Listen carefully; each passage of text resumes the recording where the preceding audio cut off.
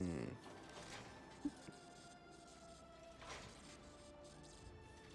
Thank you. Oh, hold on.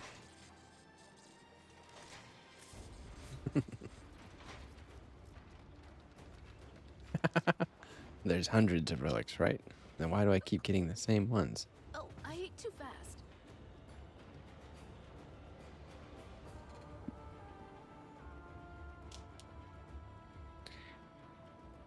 If you compare prices and trade out, then everything is worth millions due to scams. Okay, war. That guy got scammed.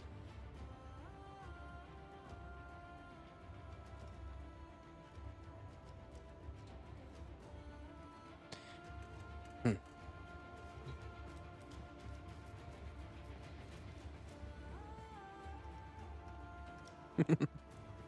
Alright, let's go.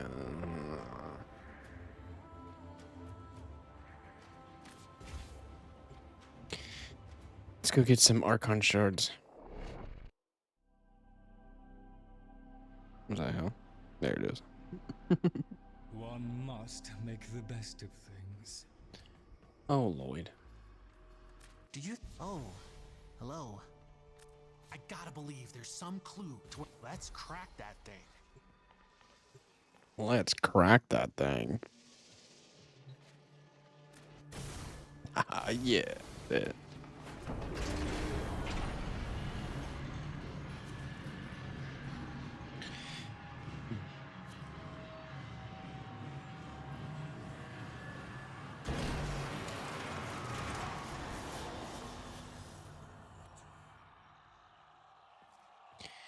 Let's go. The fuck?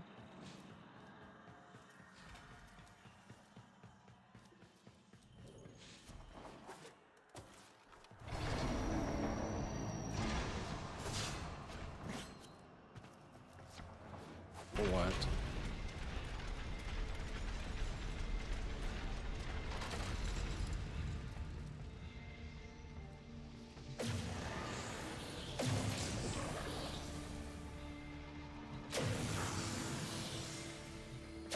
Honestly, I'll just take them all. You got your glyphs. So, hit the terminal to Oh, yeah. exit to the labs.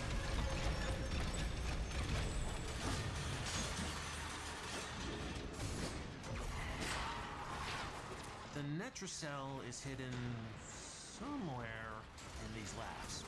Sniff it out yourself or get control of terminals. They'll tell you where it is. It's not really a reason to follow him.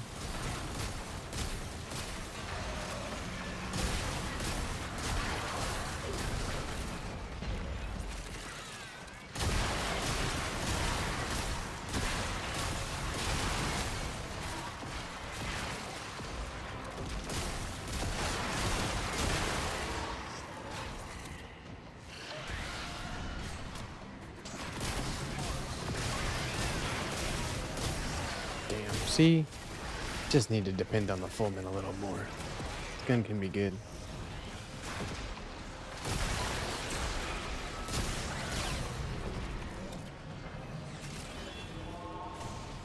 I think it looks like people know kind of which direction the... Wait a minute. Wait a minute.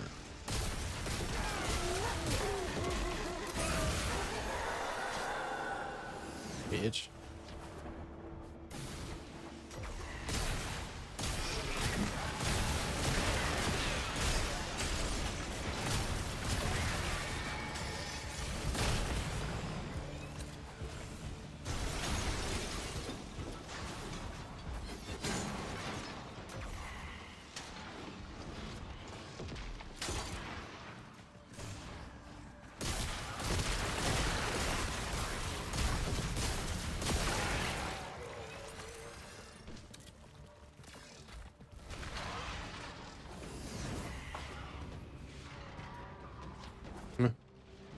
Where?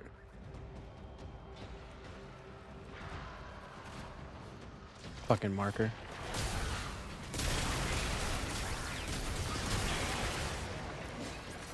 Nice.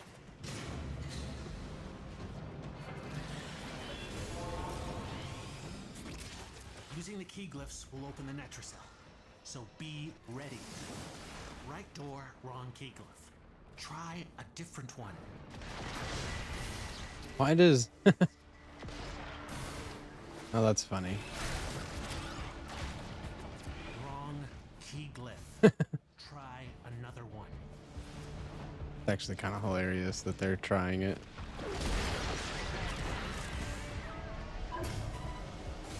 We ain't done. What's the... I mean, I don't expect... They didn't join at the same time, so it's not like they knew for sure that I took all of them, but... It's just fine.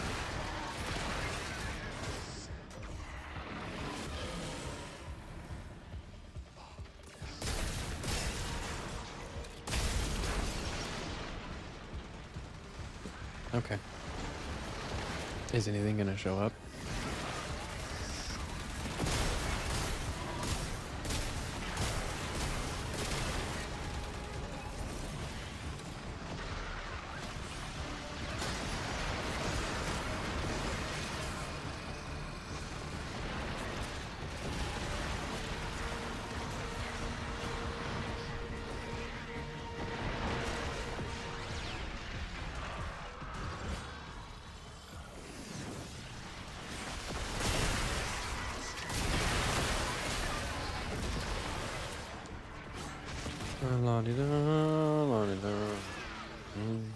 Man, I haven't. I can't believe this. I made this coffee like 30 minutes ago.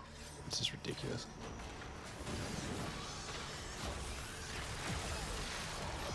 I'm just now taking a drink of it.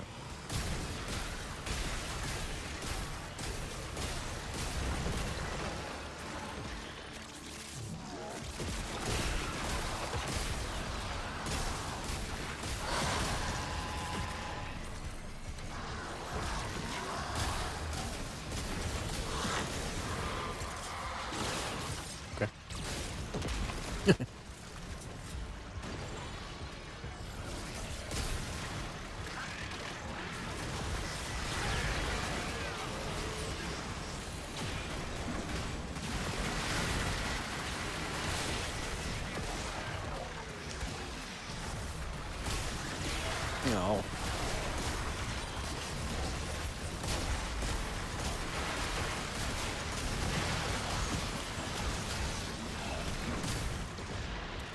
Where'd he go? Oh. Just airwalking now.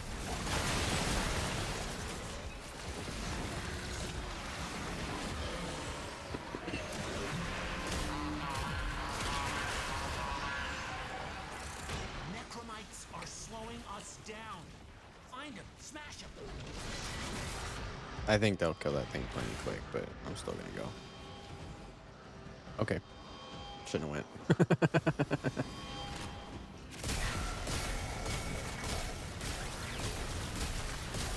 What in the fuck is that guy even doing? He was like humping the wall, bro. Fucking necromantic.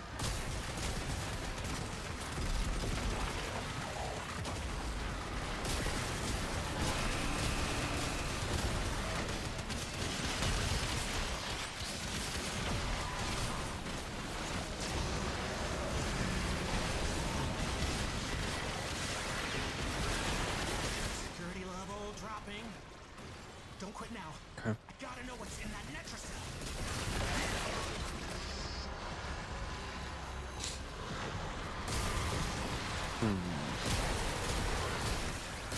You know, I wonder if... I don't think I need Arcane Energize on Revenant.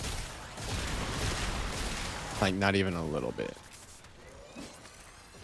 So, that might leave. And I know it's good for, like, my team and stuff. But fuck my team. I'm in it for me. Just kidding.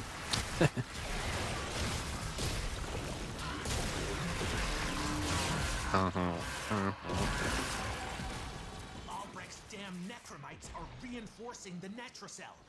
Your hands are tied until you knock them out. Where's the marker for one?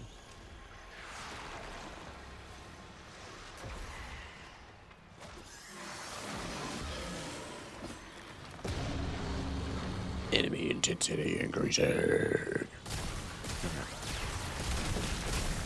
Fucking, I'll increase my intensity too. I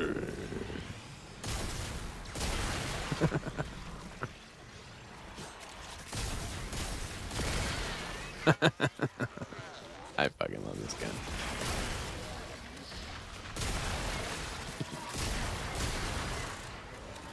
Damn, I don't even have roar active. Sometimes, like, before the damage stacks up from, like, primary merciless and the galvanized mods, I'm mad at my gun. I'm like, bro, this thing sucks. And I remember. It does suck until you get, like, 3 kills.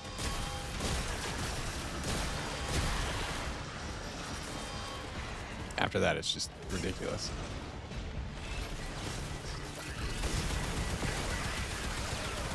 See how it does in auto mode. I usually like it in auto mode, but I can't not use how effective it is in shotgun mode.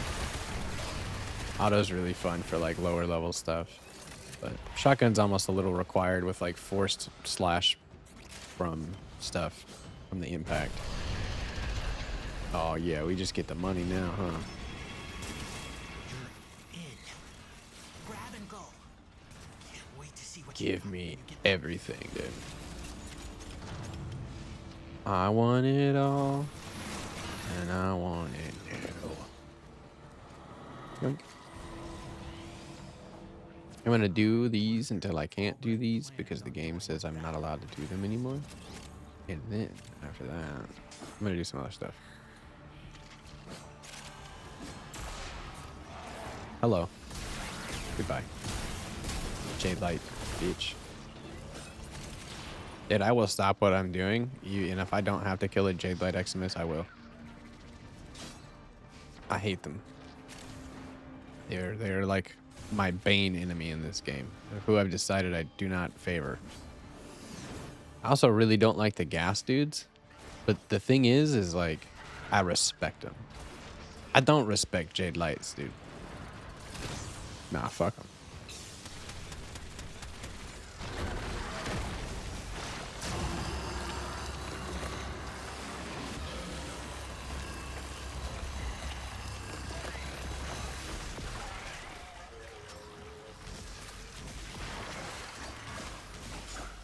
Fucking vault shields, bro. Love it. What is he shooting?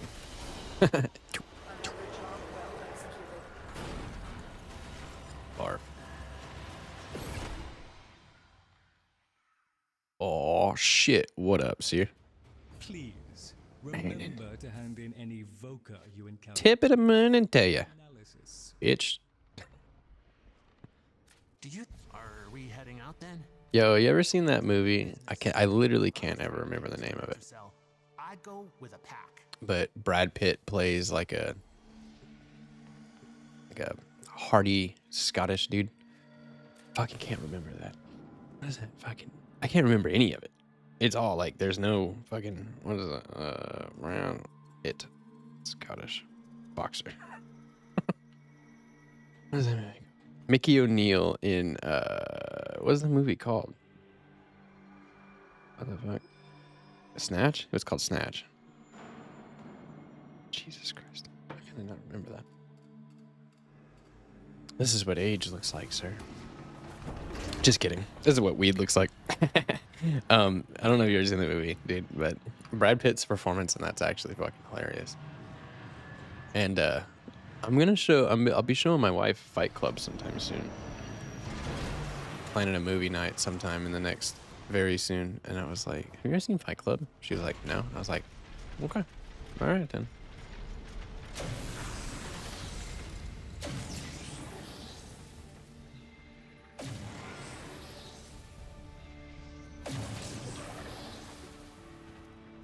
You got your glyphs.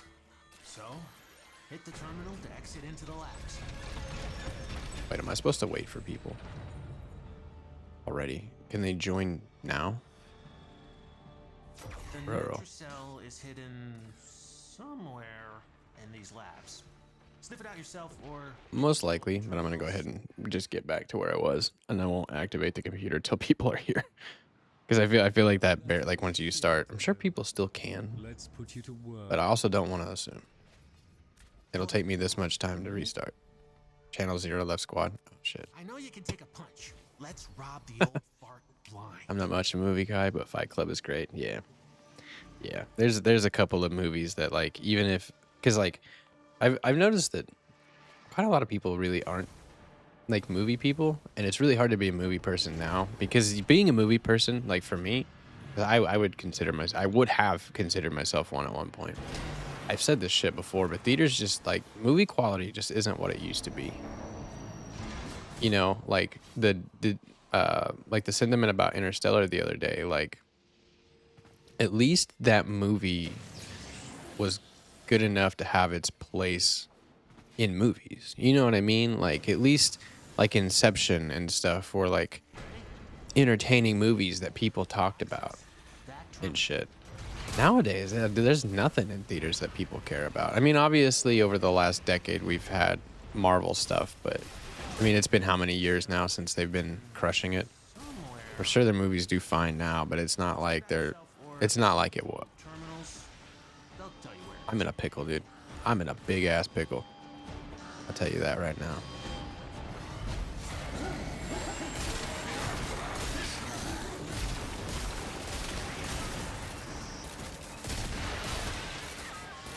How do you like that, Seer? I switched operator schools. I was running Xeneric basically forever, and now I am in Madurai.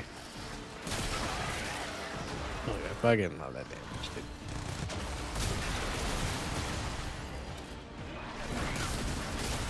Marvel stuff got old instantly for me. I never was a fan of them. I saw Iron Man 1 and 2. I never saw another one again. It was very easy for that to, like, go to one of two ways for people. But I also say this kind of often. I've read, like, a insane amount of manga and comics.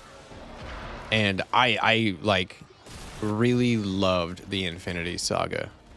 Like, reading it was really cool because it was one of those moments where, like, the only buff... or the only problem I've really got with Marvel Cinematics is that they quite often have to dial things back quite a lot. Like, I love where, like, directions they take stories. I don't hate it, but they really should have just made the movies rated R. I'm sorry. They should have just been rated R. Because, like, Hulk's transformation and stuff like that, it's not cute. It's not like he's just like, oh, my skin, I get bigger and turn green. Like, no, dude. Like, when he leaves the Hulk, he, like, dissolves out of him. It's fucking, like, it is, there's so much about it that bothers me in terms of, like, accurate inaccuracies. Like, they do such a good job of telling the story, but they do such a bad job of keeping it as dark as it once was. Because it's dark. A lot of Marvel is very fucking, like... And they're, like... I mean, there's instances of, like, I think I've seen, like, just about no, like, murder in those movies. Like, of course, there's some, like, a protagonist loses a friend or something sometimes. But no, man. I mean, the Punisher, okay, the Punisher might be one of the ones that's, like, a really good example. Like, of course, they can't make Punisher not rated R, and Punisher does really well. Right? A lot of the other superheroes shouldn't fucking be that way. A lot of them are fucking have done terrible things. And also, like, the funny thing about Iron Man was he was never, like, in comics, Iron Man was never this, like, prominent. Like, he did some really important shit, but he was like a B-level hero, right? And they actually... It's like a movie thing, how it ended up being Robert Downey Jr. plus Iron Man plus whatever, because that wasn't their original direction. They were going to go with, like, there was quite a few other options for, like, a face of Marvel. I can't remember how they landed on him, but it wasn't, like, their original plan. Most media is hyper pointless, and I get it's entertainment, but I see it as a waste of time. You need to smoke weed, dude. You need to smoke weed. I used to think that same shit. Because you know where every story's going and stuff.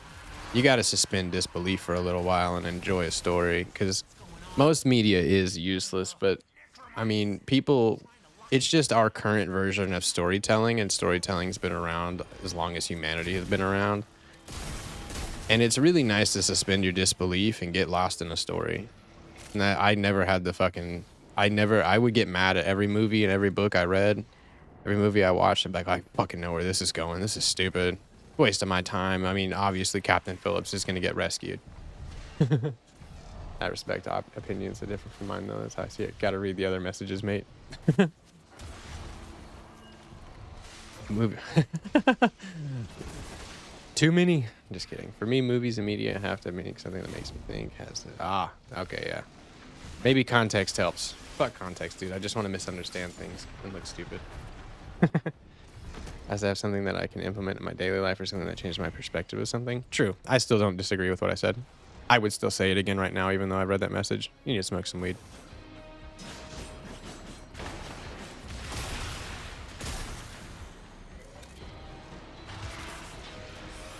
I don't know what I was doing all the way over there. I think I was just following them to the thing. What the hell? Because, like, it's, like, the only, like, okay.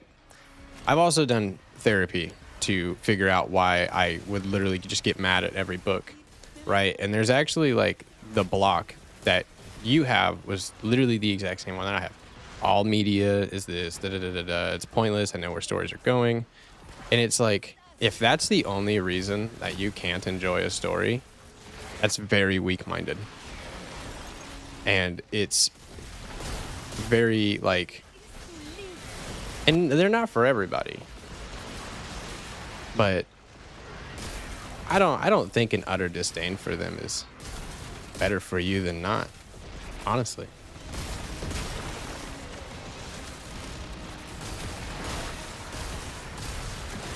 Because I mean, most of it's pointless, but isn't what we're doing right now pointless? I mean, everything's fucking pointless. We can drag the pointless scale all the way to the bottom, dude. I mean, we just... In so many years, everything's gonna go boom anyways, dude. Once that sun explodes, there won't even be history of humanity, so... What really fucking matters? I never said I hated movies, I said I'm indifferent to it. That ain't an option for me.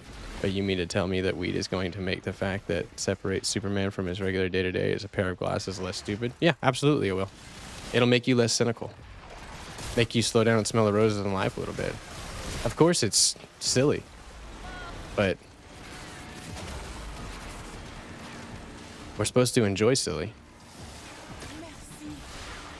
And I can understand that you're not allowed to. But yeah, I mean, honestly, like, it literally changed everything for me. Like, I would not read books. I would not fucking watch movies. It was all fucking big waste of time to me. I'd rather go do something different. You know what I mean? But it all came along with, like, turning that part of my brain off that was just running at 973 miles per fucking hour. And I say this out of love. I really fucking say this out of love. That mindset is not a mindset that is like, if you were to talk to any type of help or therapy or anybody at all, that would be more close to a sickness than a mindset.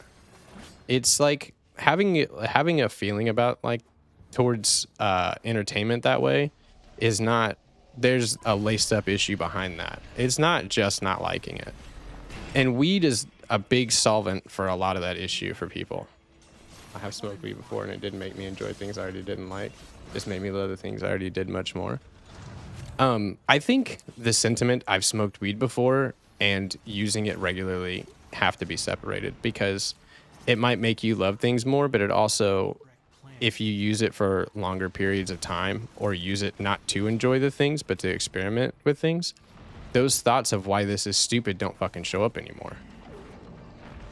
It gives you a new way, a new perspective on most things that you look at. It also, like, it'll challenge you. And another thing, there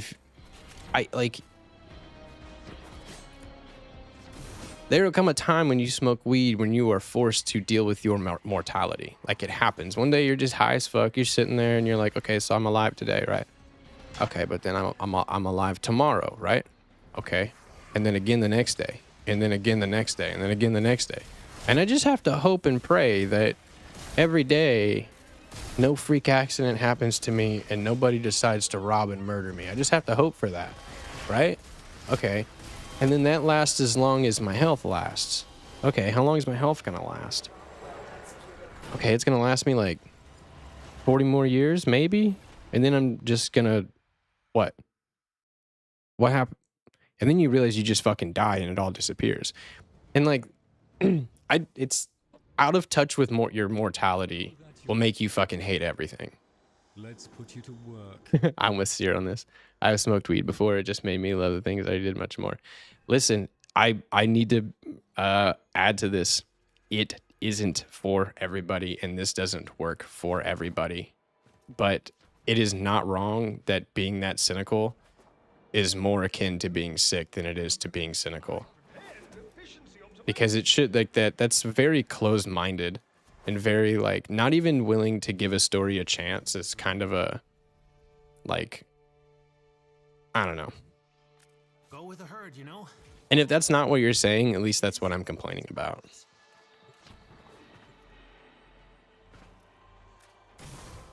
Because, I mean, when's the last time you were like, I'm just gonna go fucking start a movie and see what happens? When's the last time you were like, just strolled up into the bookstore, saw a title that sounded cool and went, I'm gonna read that story? Or saw a movie and went, huh, I like that dude, I'm just gonna watch it and see what happens. Now, everybody wants to know whether or not they're going to like something immediately. And we fucking miss out on a bunch of stuff because we're so busy being that way. I also go to therapy. I have to due to PTSD. My mindset is not of hate. I just don't care for it. Caring does not equal hate. And that's something I was trying to differentiate earlier, is like there is not caring for it and there's like hating it. And if it came off to me like you were like, nah, dude, it's all a big fucking waste of time. Like, it seemed like a super duper cynical approach at first, man. I wouldn't put most of that sentiment along with like, though, I mean, the way you were speaking about movies, not caring for it and hating it, it's very easy to see those two as holding hands. Does it make it less stupid that Clark Kent wears glasses? Doesn't really make it seem like you like it or just don't care for it. It makes you seem like you literally do not like it. To call it stupid is more than not caring for it. That sounds like a dislike for it for me.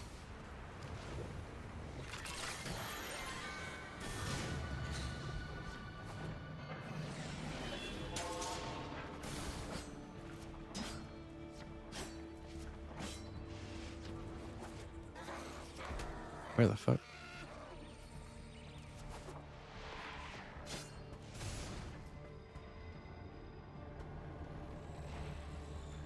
And I'm not trying to force you to come around. I'm just saying might be a bit of a problem with which direction your bicycle's going right now.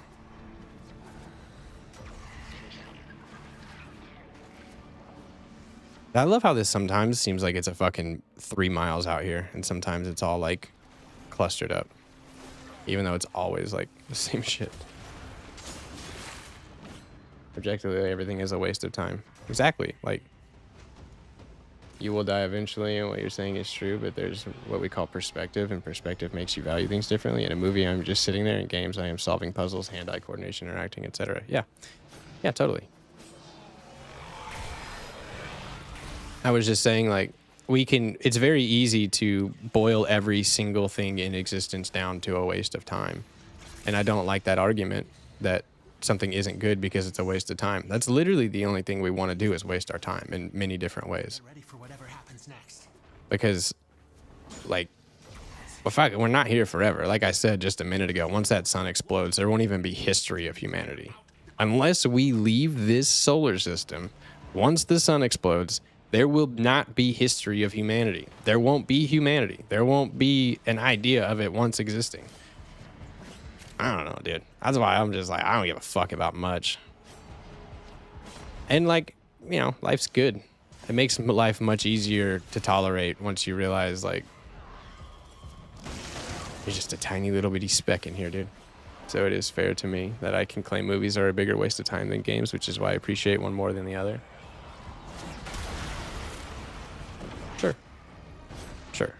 But I I really don't think that I'm wrong that you are laced with cynical attitude right now. I mean, it's like there's so much like nihilism or cynical shit all over that.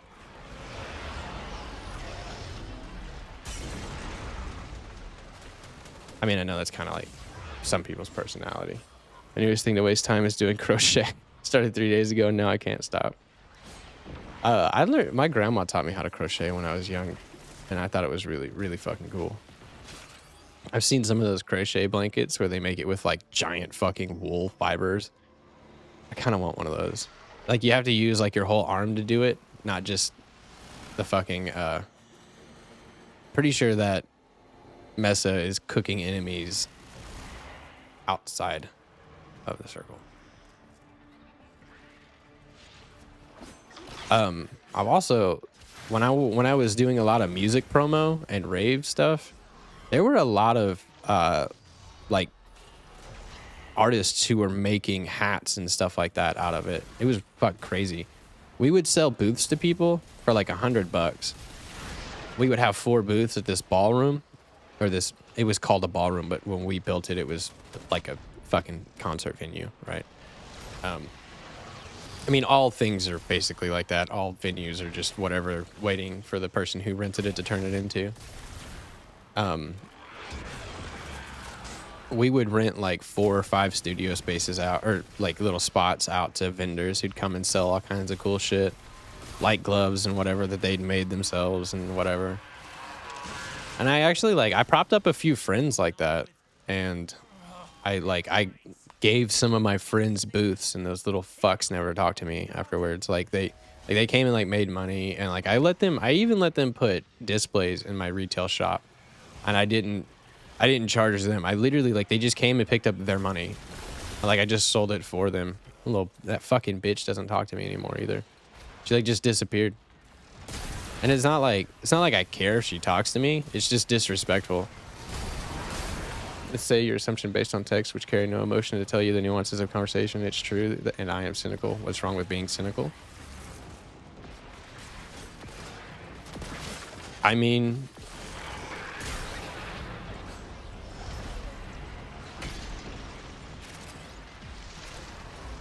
I guess people, I mean, people are allowed to be however they want to be. So, I mean, at the end of the day, nothing's wrong with it. But, I mean, it's kind of like watching a dude walk around with a fucking open wound on his back who's just telling everybody he's happy it's there.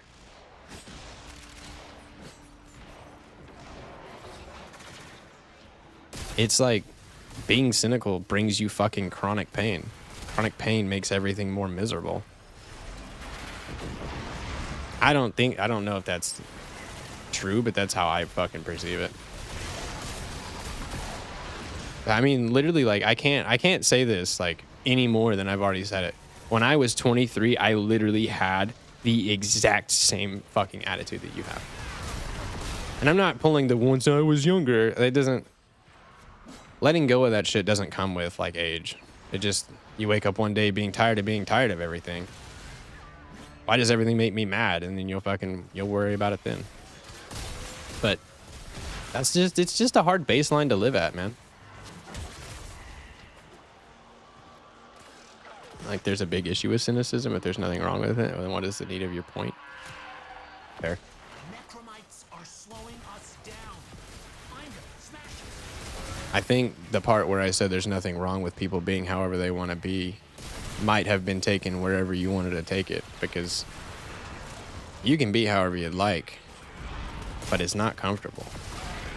And you would not, if I were to compare you to the contents of the DSM-5 and the words that you have said, you would be, you would need balancing with chemicals with the way you talk. It's very easy to see that there's the need to prove yourself right, the need to be cynical with a purpose, and the need to not be even a little bit wrong about it. Most cynical people have a dang good sense of dark humor, but it's hard not to get depressed around them. And after a good while, I find it hard to stay around them. It's kind of draining my mood. And that's the point I'm trying to make, is like, I think if you imagine that you spent an hour today proving why being cynical is good, like just this conversation as a whole. Let's just go back and replace the entire conversation with 2 episodes of anime. Imagine instead of talking about this, you watched 2 episodes, or instead of arguing why Clark Kent is stupid, you turned on a TV show. And you're like, well, why the fuck would I do that? Is your first thought. That's the problem. That's the issue. Because our time would be better spent doing things that are potentially enjoyable. Take whatever Albrecht was hiding and get back to the sanctum.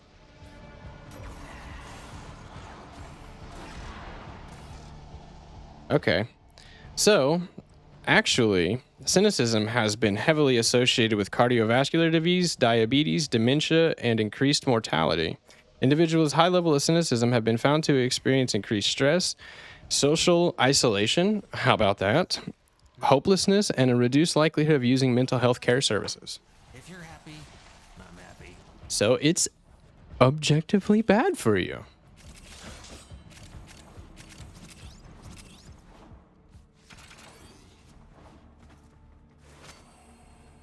I agree. They are void of emotion, but Puckatron, you gotta understand what if I'm playing the devil's advocate. I'm fine with you playing the devil's advocate. But there has to be a statement before. Because you change the conditions of the conversation from being hypothetical to being you defending yourself as a person, man. That is a bad conversation tactic to bring that up at the end, because that makes it totally possible that you are just deciding that you don't want to have the argument anymore. Or that you don't want to have it anymore. If you want to play devil's advocate, you'd be the only person I've ever met who doesn't preface that conversation.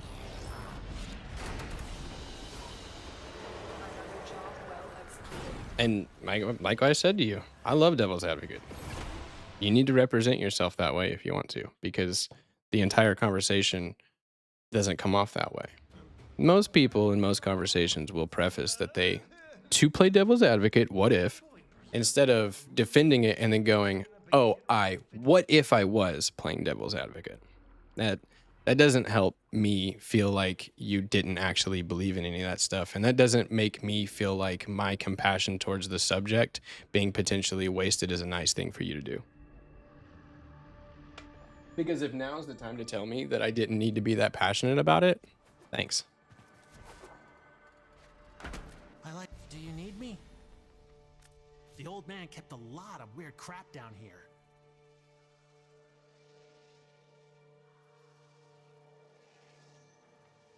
All right. What's his is ours.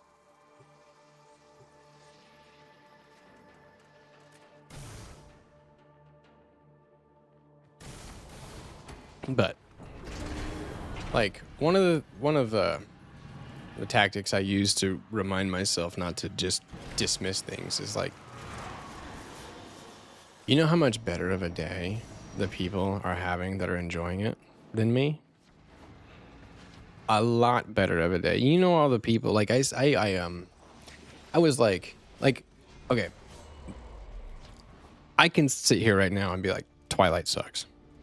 And I don't like it. I did not enjoy the series. I tried reading one of the books. I tried watching the movies. Wasn't my flavor. It was a little too harem-y for me, right? A little more like, okay, this shit doesn't happen. Like, 2 dudes would never fucking let this go on this long, right? It was a little pushy for me, right? But the people who are enjoying it, you know how much better of a day they had than me, or having than me most of the time? And that was one of the major turning points in that mindset for me, was that if they're having a good time, I could just mind my own fucking business and have a good time myself doing the things that I have a good time with. I don't know.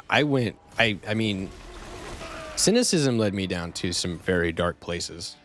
And it was a very specific topic of self-repair for me that I wrote and rewrote self-help courses over. There was a little point in time I was extremely interested in the human condition to the extent that I was willing to start doing. I volunteered for crisis helplines. I want to do more of that, and I wanted to be like a psychologist counselor for a while. There's a really hard barrier for me to cross in order for me to get that much education.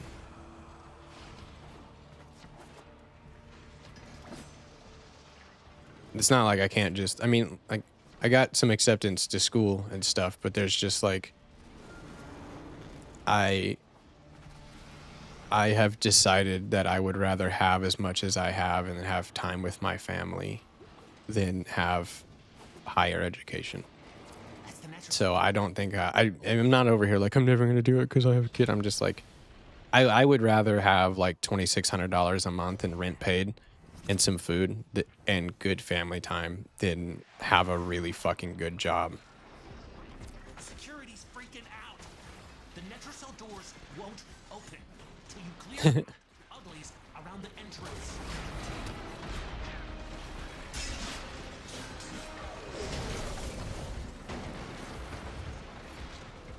I have terrible finish rates for TV shows because I hate ending stories. I watched Better Call Saul while like my kid was young, while he was a newborn and stuff. When whenever your kid's a newborn, it is a lot of just fucking sitting there. Just sitting there. They sleep arguably, like, I think a lot of people perceive like the newborn stage as like extremely difficult, and some people get unlucky, and it can be, right?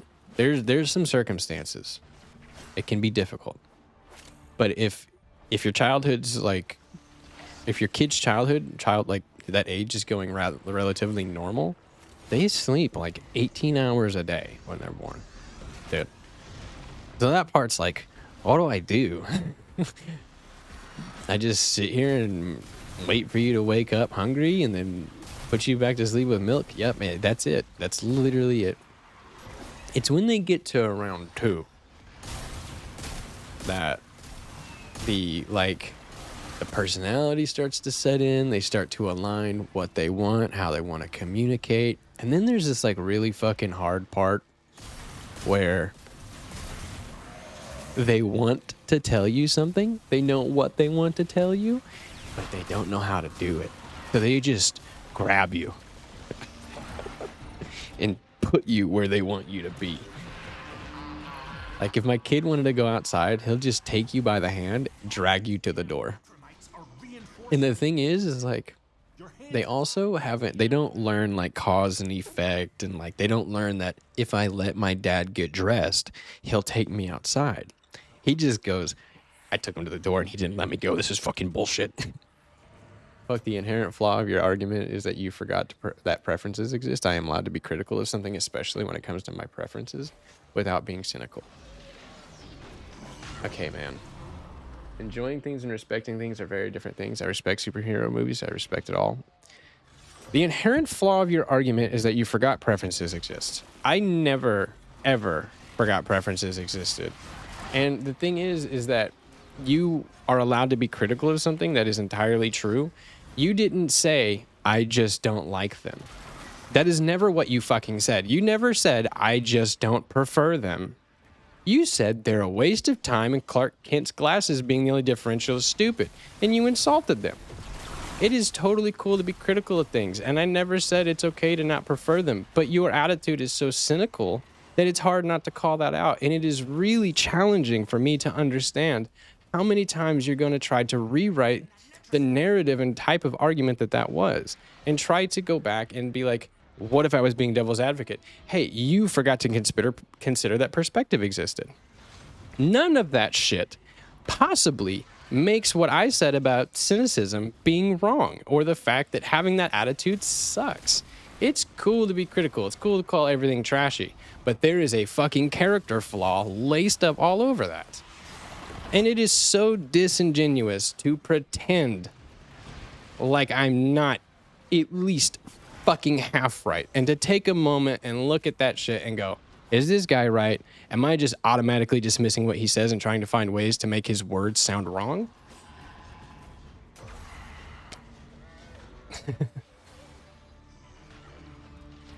Listen. I recognize some of your conversation tactics at the moment, and I understand what you were trying to do.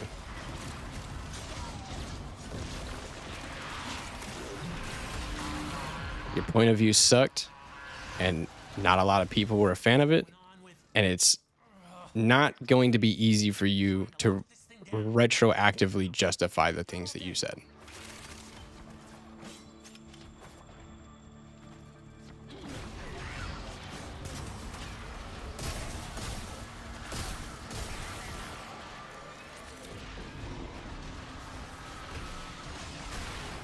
Okay, so which is it? Are you stating preference? Are you playing devil's advocate? Because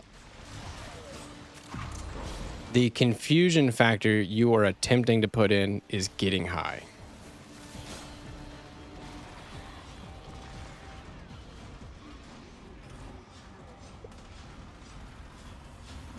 Because if you are simply stating you don't prefer and that's your only point, then what about the whole entire part where you play devil's advocate?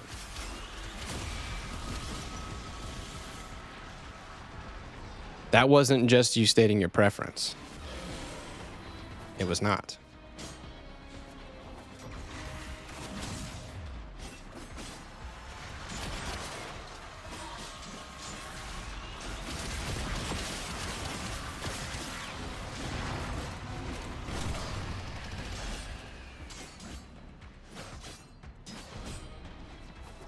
And it's another recognizable tactic to call that type of conversation fun. And it's just fun to do that kind of thing. You're in. Grab and go. Can't wait to see what you got when you get back. That bicycle is not going any further backwards, man.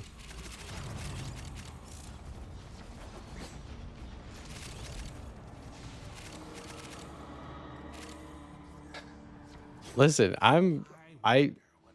devil's advocate or whatever is one thing, but you can't make a whole argument and then retroactively be like, oh, I was just playing devil's advocate. Which my problem with that is how much like emotion you would typically invest in something you are playing devil's advocate for versus how much you would when you don't, and how much I would when I think you are. It's very misleading to bring up devil's advocate after your entire argument, because that's like I said, like it makes me almost immediately dismiss the capability of being right for somebody, because that is one of those tactics that people use when they're losing an argument or not having the best time in a conversation. They'll say, oh, I was just messing around. Oh, I was just playing devil's advocate. Oh, I was just seeing what you would say. Those kind of things, like being backdated, is like,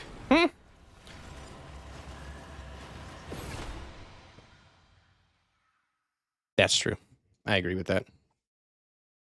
I mean, you're doing your best job.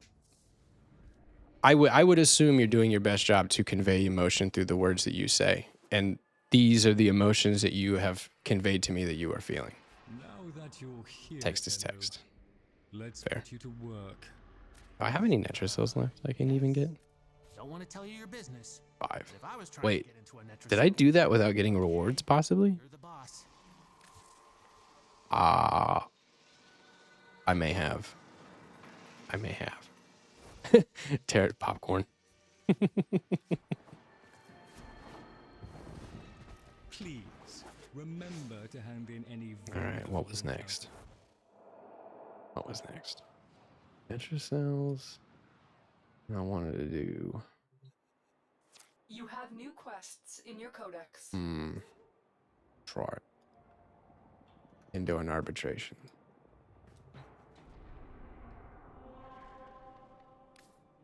Man, I wish that I would see some of my main shit on arbitration more. I should do this real quick. The weight, holy shit. The weightiest of internet discussions when discussing preferring the preference of advocating on behalf of devils. I wasn't because playing devil's advocate means I am just going against your opinion just to do it, and you cannot tell me debating isn't fun. Debating is fun. Debating is fun. Having a passionate discussion is also fun.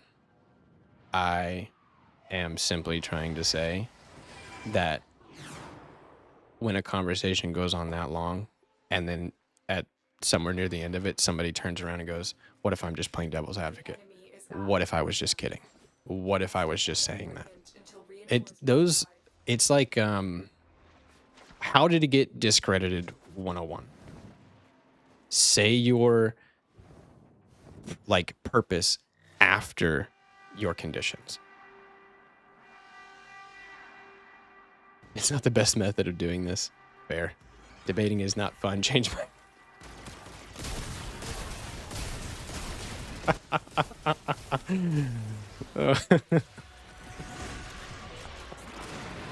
Debating is not entertaining.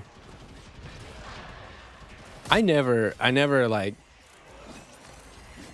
I just end up in them, dude. I don't know what the fuck. I just end up in those kinds of things. And there, you know, there's like certain topics that I would love to debate. But every time I start thinking of what kind of shit do I want to debate, my mind is like,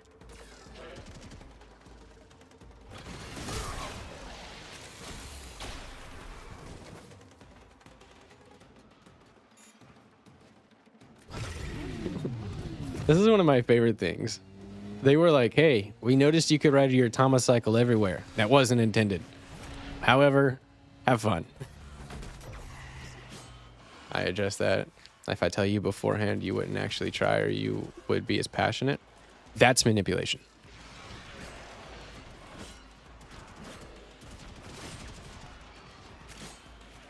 I did it at the end instead of the front. Because I can still have the appropriate passion for something without being tricked into having it. Throw my point of view into the ring. I am a peace-loving idiot. I am a peace-loving idiot. Want everyone to get along. When I feel a thick atmosphere, I want to get a spoon. I get a spoon and a lighter, and you'll have a better day than than most people.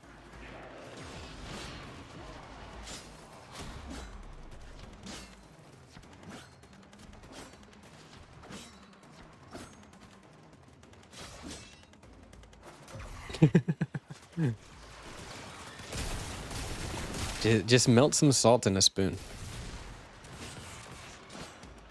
Improve the amount of sodium in your system.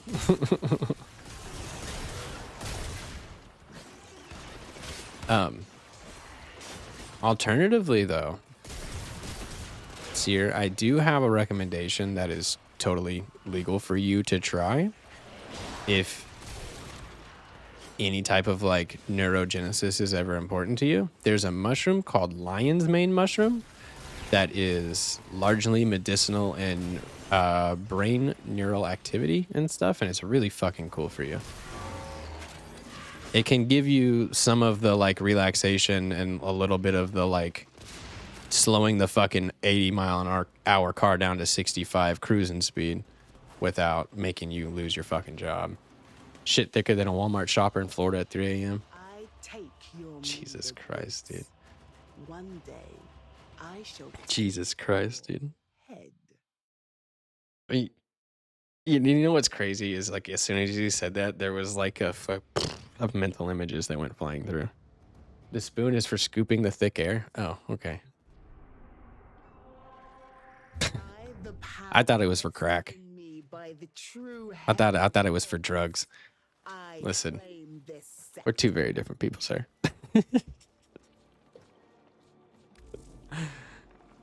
Oh, did I like just get a blue one? What am I even gonna do with this?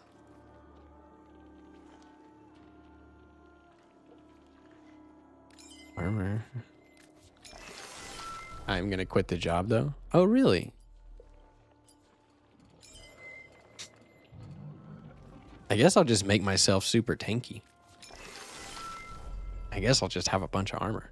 I feel like I accomplished everything I set out to do. That's I'm gonna be real with you. The only people who don't like that mindset and the only people that it doesn't work for is employers. And that mindset is gonna help you. You know this. That mindset is fucking really good for you. I got what I came here to get. I am not going to stay here if there's no further growth, etc., etc. That's really good. I learned what I came here to learn. Like, bro, I've gotten jobs just so I can be trained to do something and then been like, listen, I know how to do this now. I don't really care if I keep this job. Oh, dude. Weed. In case you hadn't noticed, I am all about weed. Or not all about it. I love this stuff. But I should preface, I should say that I had some heavier addictions that weed helped me quit. So it has a different life-saving value to me as well. I liked other riskier substances before I did weed, so interception.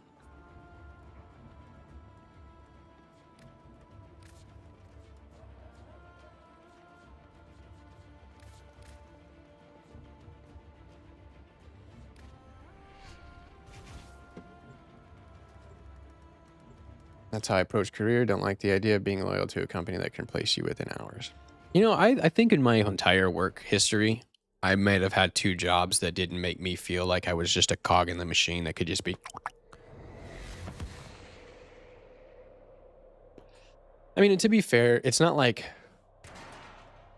you have a lot of people. Like, business has to go on, dude. Like, if you quit your job or you don't work out, like, if I'm the employer, like, bro, I have to find somebody. Like, I mean, of course I'm going to replace you in like 5 minutes because that's what I do. That's what I have to do.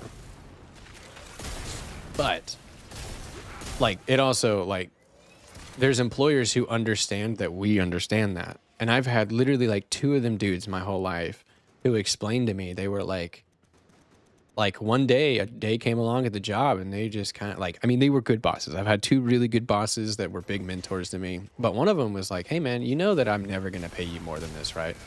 And I was like, I mean, that kind of makes sense unless this industry suddenly takes a turn and starts making like a lot more money or something. Yeah, that checks out, man. This is retail. The fact I'm making $14 or $15 an hour working retail is pretty crazy, dude. And he was like, yeah, but there's never going to be a budget for more. Like, I mean, he's like, you know, I can give you like some loyalty raises throughout the years, but there's no more for you to do. There's no more responsibilities for you to learn. There's no like at this point, the only thing you could do more for me is become my accountant. And you don't know how to be an accountant. The only thing you could do more for me at this point is, and you know, that guy, I stayed with him for a while after that, and we made some good money together. And he taught me a lot of really valuable lessons about like work and life and not tripping over dimes, pick up nickels. Just a lot of really important stuff that he had learned. And like, crazy enough, like I was talking to him and I was like, hey, you know, like this is where this dude literally put me in a different gear. I told him one day, I was like, I think it's okay that people smoke weed. I just don't really respect the people who like wake up and do it first thing. Like, I don't know how you'd ever be successful if that's what you're doing. And you know what that motherfucker said to me? He looked me in the face and he said, bro, I woke up this morning and I smoked weed at 6 a.m. I'm high as fuck right now. I'm going to be high as fuck until I fall asleep, bro. Now, I'm crazy successful. And I was like, oh my God. And that dude was just selling vapes, bro. We were just selling vapes, dude. Literally just selling vapes. You are how I am with music, but with weed, I think the endlessly powerful can save lives. I fucking love music so much. It's so big to me. This is a wake-up call to those cybersecurity people who think they are the shit. You ain't. You are replaceable. Your skill set is no longer rare. The world caught up. Yeah, the reality of working in IT security right now is that it's, you know, I feel how you will about ChatGPT. A lot of people are going to be able to give themselves firsthand experience by training with ChatGPT and stuff like that. And they'll be able to, there's like, it's very accessible. And I want to draw a very fine line. There's going to be people who use ChatGPT and like that, like they don't actually glean the knowledge and like absorb anything useful. Because like I've been convinced that in terms of educational purposes or et cetera, and stuff like that, it should be used as a tool, not as the de facto thing. And it's making it really easy for people to like get some experience with shit. And do you remember that whole learn to code thing? Like people did. Like it's like people learned it. A lot of fucking people learned it. And you know what a lot of people did when they learned it? They went back home because they're scared to be here now. That's what they did.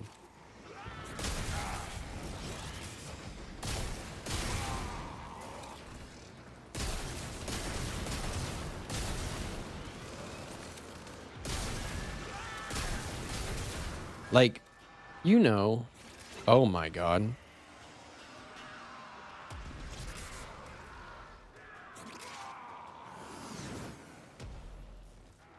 Music is the only language that everyone understands. Music and art. Yeah, music has been around forever. Song and dance specifically has been a human. It's like it is a fucking human trait. It is an animal trait.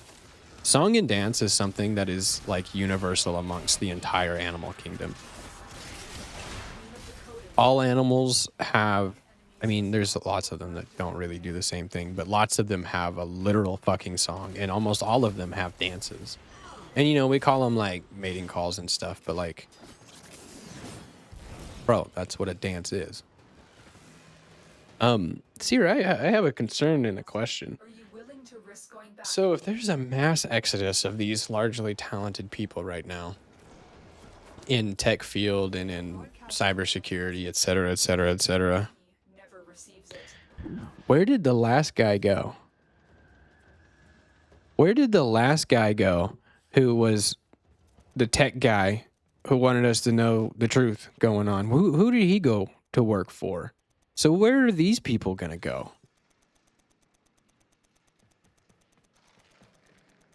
Like in the Heart Part 4 where Kendrick said remove the drums and spoke from the perspective of a dead man. Ooh. That song deserves a listen again. Tower online. Tower lost. I would love to get my hands on like a real old school like skin drum. One of those ones that somebody spent like weeks making or many hours making by hand. I would really love to get my hands on one of those. Just fucking sit there, beat it, hum. I have a couple of instruments and like I don't know how to play them. I have a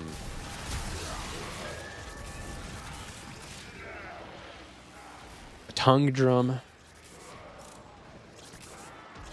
What's that fucking thing called? I have a couple of like instruments that when I play them, I'm not playing music. I'm playing my life. I'm living through that instrument. It's just like I'm whatever I'm thinking, dictating the rhythm. If I'm angry, I'm smacking it a little harder. You know? Love that shit.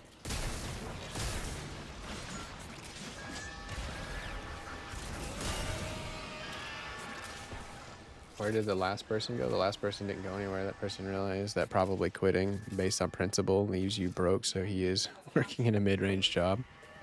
I was talking about Edward Snowden. Where did the last guy go that fucking decided he didn't want to, that, you know, he went to Russia. So if we're having, my point was like, I was trying to lead on that if a lot of these tech guys are leaving America right now because they are very worried about their visas and stuff.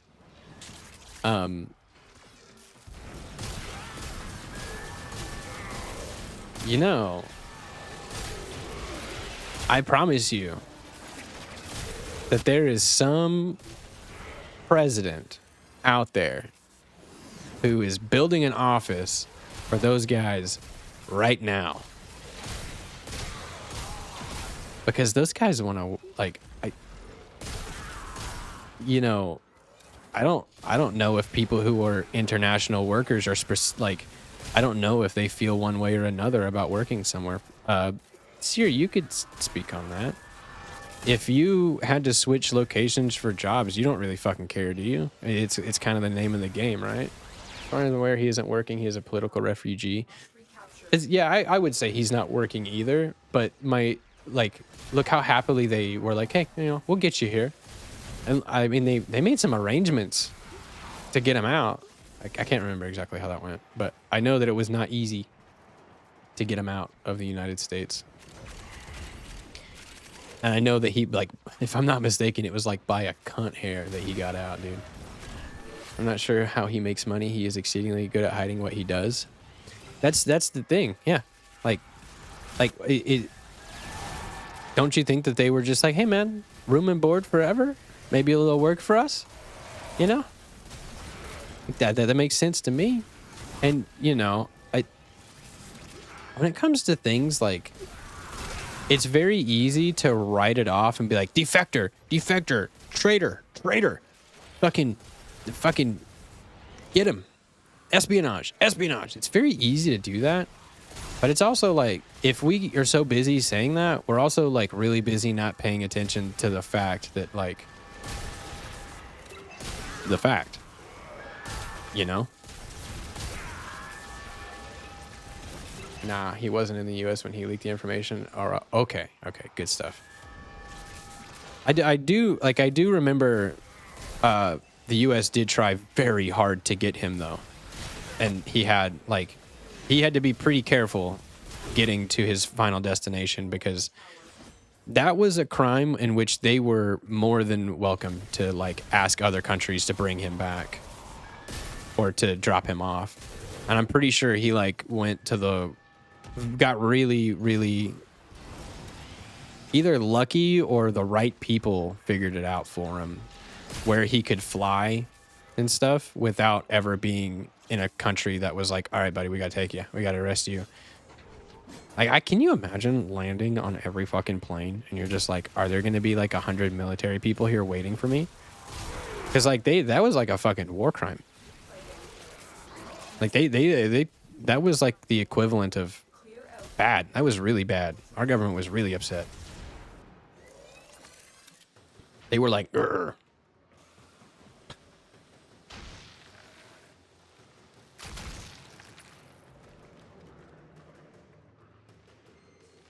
Extraction is available, but there So it just makes me curious, like, you know, if he's obviously been living this whole time and, like, okay, I'm not getting really what I want out of this. I was hoping to start seeing sculptures immediately, and they're taking long.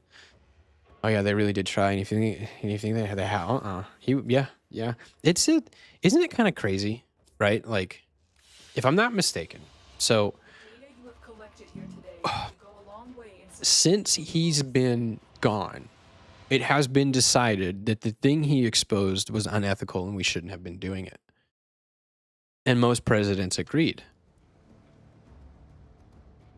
But none of them are willing to pardon him. And if I'm going to be real with you, I don't think a pardon would work. I mean, it would paper work, but I mean, do you really think that there's not, I mean, they would erase that dude quickly. Probably. Most likely. All right. I'm going to go check Barrel. I don't even know if I have any more Prime parts to sell, but I'm going to pop into Barrel one more time.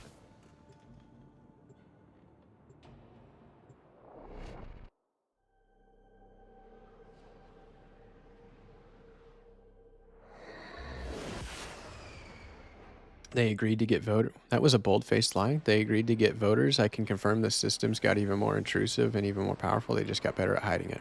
He did nothing but buff the NSA. Great. Oh, yeah. I guess I should have said that too. All of the presidents that said that they were going to stop it didn't. This relay is about to get a lot. I did know that.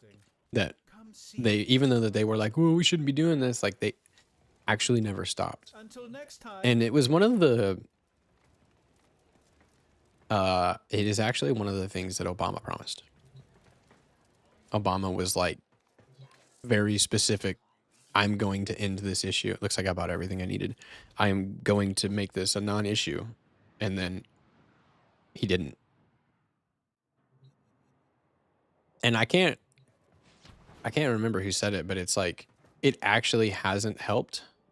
But then there's some people who've told me that it actually has, and that the reason it's so easy to say that the surveillance hasn't helped is because it's not like they tell every other fucking department what happened today. And that's like, I guess that's also a really big problem in government jobs, is the departmentalization of things, because it would be like really good knowledge for them to actually like share that information sideways. NSA is extremely important to the US, and I can tell you for sure that the fact you don't know anything about them is on purpose. Yeah. Yeah. I mean, I'm not going to be like, you're not telling me, like, there's nothing I don't know in that regard. And I'm not saying that like in a bad way. Like I've largely understood because of, like I said, I just have like a couple of friends who have good pieces of information. Got one friend in the military.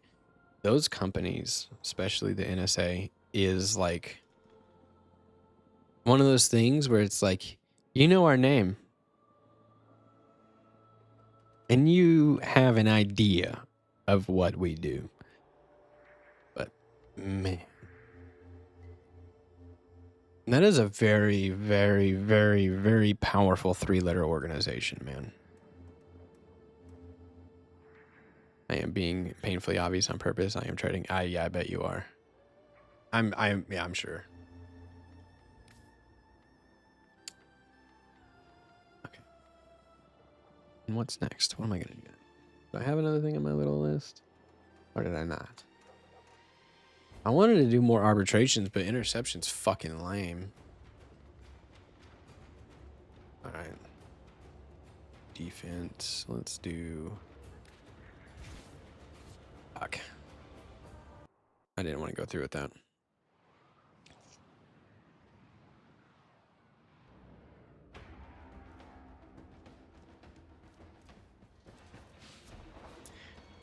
Okay. I think one of the best ways for me to put this here is for me to say that I have very much accepted the fact that the amount of stuff I don't know about what's going on heavily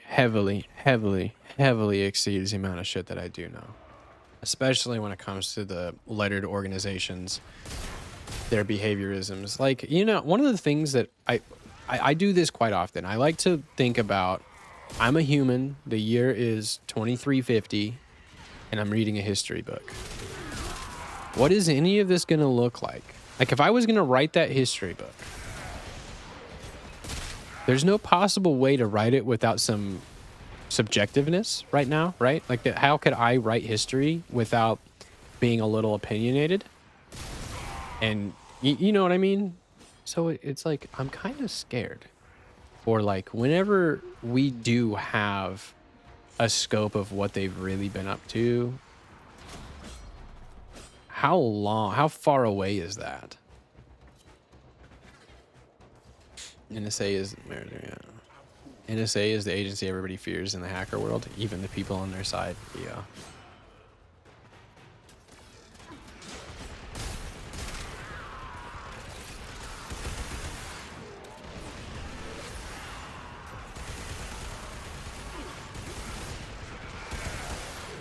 And, you know, like, people like me, like, I genuinely, like, I keep a constant reminder that, like, I am nobody worth targeting in almost any fashion by any of those companies. So I don't get too scared about it. But I also, like, I do worry about, like, the people who are on the forefronts of information. I don't really like, say what you will about politics, I literally don't fucking care about, like, one thing or the other. I have noticed quite a lot of journalism being arrested over the last 5 years, 10 years. there's been a lot more like the pressure on journalism has turned from I'm gonna get a mean letter in the mail to I'm going to be attacked in public and possibly jailed by a department. And that's like, that's not good. What if I told you just by interacting with me you are monitored? I mean, I have been pretending that there has been I've been monitored forever. Like if I'm interacting with the internet world, there's nothing private for me to pretend like I'm not like being monitored is like fine. Because any fucking you know, if somebody like spends like 10 minutes, they'll look at me and be like, this dude whacks off and plays Warframe and talks some shit like everybody else. Let's move on. I've accepted the lack of privacy. And I don't say that like I'm just like, I'm cool with it, man. I know they're watching. Like I don't really know how to feel about it. But the thing is I don't exactly have a choice, do I? What am I gonna do? Move? What good is that gonna do me? Then I'm just gonna be under the scrutiny of another government.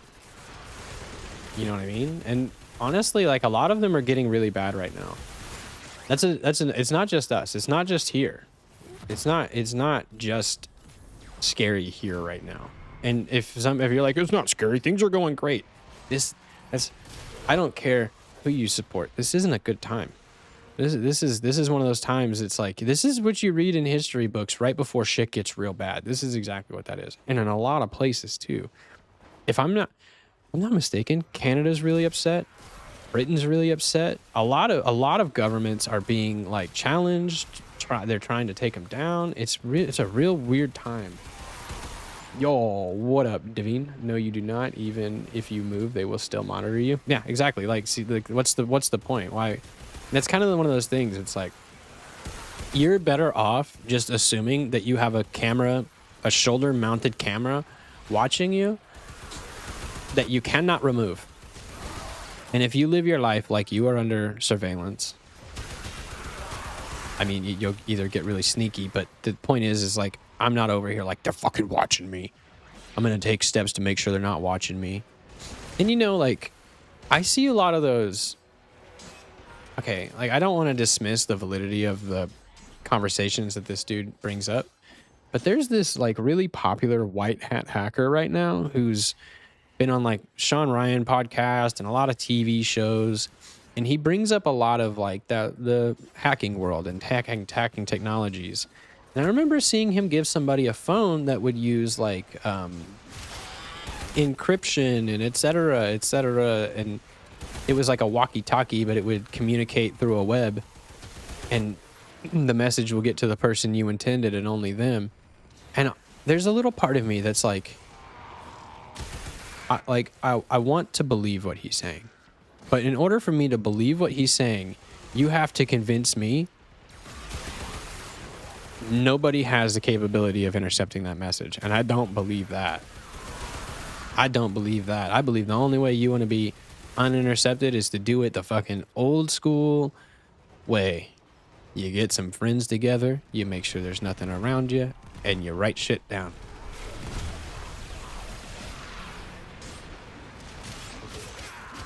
Never safe to talk. That's the thing that movies and TV kind of Very impressive, Tenno. You held misrepresent. time to get out of here. A lot of people don't talk when they talk about that stuff. Everything leaves a digital footprint. Definitely. I just got the Tord Incarnate. So fun. Tord Incarnate's fucking awesome. Okay. I left Facebook and don't post personal stuff on the internet. Yeah, but I mean, the fact you have a phone, like even having a phone, like you might as well just go make all the socials with all your public information out there. The only people you're avoiding by not having socials is like stalkers. One thing I'm very concerned about is not even the NSA. They only go after you if they have an actual terrorist or criminal in the dark web. Palantir is the actual thing you should worry about. What is Palantir? Yeah, see what Seer said? It doesn't matter. If you are a target, they will build a profile based on you, your family, etc. Like if you have a Wi-Fi box around you, stuff like that. Oh, that's a lot of fucking comments really fast. I forgot what I pulled on my phone to do. So, when trying to protect your personal privacy, there is only a certain amount of precaution you can take before it becomes a pointless endeavor. There are entire teams of people with a combined IQ of your birth date spending all the time developing ways to peer into your lives. What the fuck is that? Loose Monix. Sorry, it was like half cut off by the screen. It looked like loose Lonix or some shit. What he said. That's literally fucking true. Like it's somebody's job. If somebody tells them to, there's some dude who's paid like $95,000 a year with a lot of smarts. That's the guy who's going to be looking for you. They will know what they are writing from the vibrations of the pencil on the paper. You know, I've actually heard some stories about like spy work going kind of like that. Like they knew because of this. I have a phone, but only use it for calling an SMS. It's not a contract. It can't go into the web. It's old, like too old to handle any updates. Listen, Nihilus, I love that you believe that is safe. Your phone sending text messages and receiving messages is the only barrier to entry that your local police department has a scanner that can pay attention to you. It doesn't matter how new or old your phone is. It doesn't matter if it's a burner phone. It sends data and it receives data. That's the only thing that has to happen. Literally, they have the scanners in the fucking trunk of police cars. Like, they're cheap. You can buy one off of Amazon and fucking scan metadata from phones. Doesn't matter if they go into the web, they can still spy on you. Yeah, that's exactly what I was saying. You are still very trackable. It connects to any network. That's what I was saying. If it has electricity, they can use it to spy on you. Oh, I know it's not safe. Feels better, though. No, it's definitely better. Like, you like, there's definitely like the people who are going to be able to pay attention to me is the government. And the people who are going to be able to pay attention to me is the government and a lot of strangers on the internet. It is definitely good to cut out the strangers. Spy on you with sound waves. You're not wrong. I mean, that's the thing. But then a lot of us need to quit. People who are worried about it need to quit pretending like they're doing something important enough. Fucking interception again? Okay, just have a good drop rate. Just drop a lot of invites. That's all I care about. Your local police department might take a long time to find you, but not. Yeah. Neither of them will take a long time. But like, the thing is like, does a long time really matter? Like, if they decide on Monday that they'd like to arrest me, they just start working on it, and then they're like, all right, we got him. Let's go get him. It's Wednesday, boys. Shit. Come up with a new nostril failing language. I'm not sure it has 4G. Dude. If it's got a battery in it, like it's really like, I don't say this like, you idiot. You should really go look up the capability of the shit that they can turn on. Like, if there was a magical, like, I'm gonna explain this as a magical thing, and then I'm gonna tell you it's real. Okay, there's a magical computer program that you can type locations, addresses into, and then you can see all of the cameras in the area that are available, and you can cycle through them until you see what you want to see, hear what you want to hear, and you're looking at what you want to look at. Now, of course, you're going to come across some people who put some tape on their webcams and people who've turned off microphones and stuff. Oh, I have a button to go ahead and turn that right back on. That system is real. Oh my God. Hear me out, though. If my government, all officials will be publicly monitored at all times. If you want to hold a high position of power, you must be willing to forego your privacy to provide our citizens with unequivocal evidence of your integrity. Buddy, listen, as soon as marshmallows sprout from the fucking ground, that dream will come true. They are the very people that like manage to protect themselves from this type of thing. They're the ones that are given private email servers. They're literally the ones that are given like private forms of communication that is literally barred from access from the public.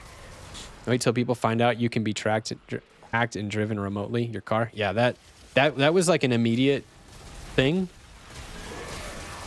That if you think that they don't have a fucking remote to just point at it, more or less, like it's like Watch Dogs now. Like, play Watch Dogs. Like, they're that capable. They can do it from a computer. They type it. And you know what? You know what should scare you even more is that they could probably just ask Elon Musk. They could be like, "Hey, bro, We're looking for Todd Tamalofi. Looks like he bought a car from you. You mind giving us the information of that car without us sending you a subpoena so it's never public?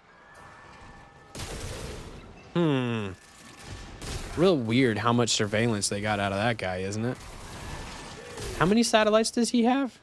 How many cars does he have? Huh. The system, whoa. The systems apply to everybody except the ones that need to be monitored. Yeah, exactly. Tesla cars got giga hacked too. The ones that think that those are safe. Nah, those are Swiss cheese of security. Yeah. No, I would not. I would not classify a Tesla as safe. I'll be real with you. I'll be real honest. As a car guy, I like Tesla for a very specific purpose. Because it is actually good for some of the end users, and it actually makes a difference to them. That's about the only thing I can really say positive about Tesla. And whenever people would say things like, oh, what are you going to do when your battery dies? What do you do when your gas tank runs out of gas? What are you going to do when the fucking this stops working? And what are you going to do when you blow a piston? Or when you throw a rod? What are you going to do when a gasket explodes? What are you going to do when you have not enough back pressure for your motor to work? All fucking machines fail. So I hate that people's like main gripe about Tesla, they're like, what are you going to do when your fucking Tesla's broke down the side of the road, no battery? Like, bro, the exact same thing you do when your Chevy block cracks in half because you suck as a fucking person. I'm going to call a tow truck and get my shit fixed. The only difference is I can afford a Tesla. I can afford a fucking tow truck, unlike you. I mean, every motor operated thing. Do we say this same shit about things that run on propane? Because there's a lot of funky things that run on propane. What are you going to do when you run out of propane? I'm going to put more in it. And that's what I'm going to do. I'm going to put more propane in it. So when my car runs out of battery, I'm going to charge it. And if I fuck up and make a mistake and I don't charge it enough and run it on the side of the road, well, I'm going to try to plan better ahead in the future for that. Just like if I run out of gas on the side of the road. Now I wish I still had my Nokia. Nokias were dope, dude. Thanks for subscribing. Oh shit, I read that like a message. Thanks for the sub, Divino. Appreciate it. A gas tank doesn't cost $48K to replace though. Neither does a Tesla battery. I've replaced them. Neither does a Prius battery. I've replaced those too. I've rebuilt batteries in those cars. It doesn't cost that much. That's just the shit that people say on the internet because they're fucking assholes and hate those cars. I literally have a pile of service tickets. I could fucking grab one and show you that replacement pieces and parts are getting in the regular range of regular motors. They are literally between $5,000 and $10,000 like every other fucking car in the world. The $48,000 replacement literally isn't true. There's no world where they would have a battery more valuable than the battery and not be violating trust laws, or a battery more valuable than the car and not be violating a trust law. And I really mean it, dude. Like, literally, at the tech shops I've worked at and the racetracks I've worked at, electric cars are the new norm in racing too. There's a lot of electric cars in racing. Those batteries literally do not cost that much, not even for the consumer. We've billed people like $7,500 for full battery replacements in Priuses and shit. Teslas are a little harder to service, and there is some complications with that, but we're mechanics. Complications don't stop us. We replace your shit. And it's not that hard for us to get parts either. It's not like a lot of people will be like, oh, Tesla won't fucking sell parts. Tesla sells parts. Tesla sells parts, bro. They sell parts day in, day out, all day long to everybody. There's like one dude on the internet who made that shit famous because they didn't want him to modify their car for his fame. And like, I wish they would have sold him the parts. They should have sold him the parts. They shouldn't have cared, but they fucking sell them, dude. I remember seeing an exorbitant price for a replacement battery. I could be wrong. Listen, like, though I hate to be this, like, the guy saying this to you, but you should consider that they Inspect Element edited that shit and made it look terrible, because it's literally not a thing. There are some Tesla batteries in some instances in which could cost that much, but we're talking about a lot of other sideways damage and not the same shit that everybody else gets. Like, for example, the Tesla, like the Plaids or the X's, whichever ones that are extremely fast, do you think that battery costs the same? No, it costs a lot more. It's the same fashion as if you have a Mercedes, an AMG, if you have one of those with one of those fucking baller ass Jaguar motors in it, it's a $35,000 replacement. Used. Do you know? Okay. Do you know how much a used Dodge Cummins motor is? One of the most common things in the world. The Cybertruck costs $25K to replace the battery. That one might be a little more specific. I don't know anything about the Cybertruck. Those never. See, there's a difference. There's an understanding that's got to happen with cars too. They either are a part of the mechanic world or they're not, because the Cybertruck has not been out long enough for mechanics to know how to work on it without fucking it up, and the parts haven't like really regulated. So like if a 2026 Nissan Altima comes out, parts for a 2026 Nissan Altima are going to be extremely more expensive than other parts. And whenever there's a big change in technology, that shit stays expensive for a little bit longer. That is true. Oh, I don't have Desecrate on. Jesus Christ. So the Cybertruck batteries being expensive sounds appropriate. But do you know how much a Mercedes engine costs? A Jaguar engine costs? They all cost $20,000 to $40,000. When they took off many years ago, there's a good chance that whenever they took off many years ago, battery replacements were one of those things where the company has it. We want to sell cars, not batteries right now. So they could have pulled some shady shit, but that stuff normalizes very quickly. An example, Dodge cars around 2018 or 2019, they moved to an electric brake system type of thing. So you will have to plug a $5,000 computer into the truck and say, "Hey, truck, I would like to replace the brakes." And the truck goes, "Okay, go ahead." And then you can replace them. And if you don't do that, you will actually break parts and cause damages. And you actually, like in Range Rovers are this way too. Range Rovers have disc brake sensors. And if you don't tell the Range Rover that you're changing the brakes before, it won't let you. It won't. The electric pads will not let go of the rotor if you do not ask the car if you can change the brakes first. In 2018, this was a huge fucking problem. A giant fucking issue. We were in contact with the Snap-on companies to get support for our computers to make them work. We were in contact with Ford. We were in contact with all the companies saying, "You've got to fix this." And they were like, "Honestly, bro, we don't know how." And what it ended up being was, instead of when we replaced those brakes, we take the entire fucking thing out now and charge you an extra $300. So there you go. Can't hold on when not connected. Because the way it goes is you don't have to take the brake boot out of a car to replace the brakes, right? But whenever the brake boot is connected to an electrical system that won't let go of it until you take it out, you have to take it out. So we sorted it out really fast. So there's a lot of normalization that will happen with big upgrades like that. And it comes with time. And at first, they're really expensive. But dude, a Dodge Cummins motor is $30,000 used. Dodge Cummins motors are extremely expensive used. You might be able to go online and see one listed on eBay for like 17 or 18. It's either not real, sold, or something's wrong with it. Those motors are expensive.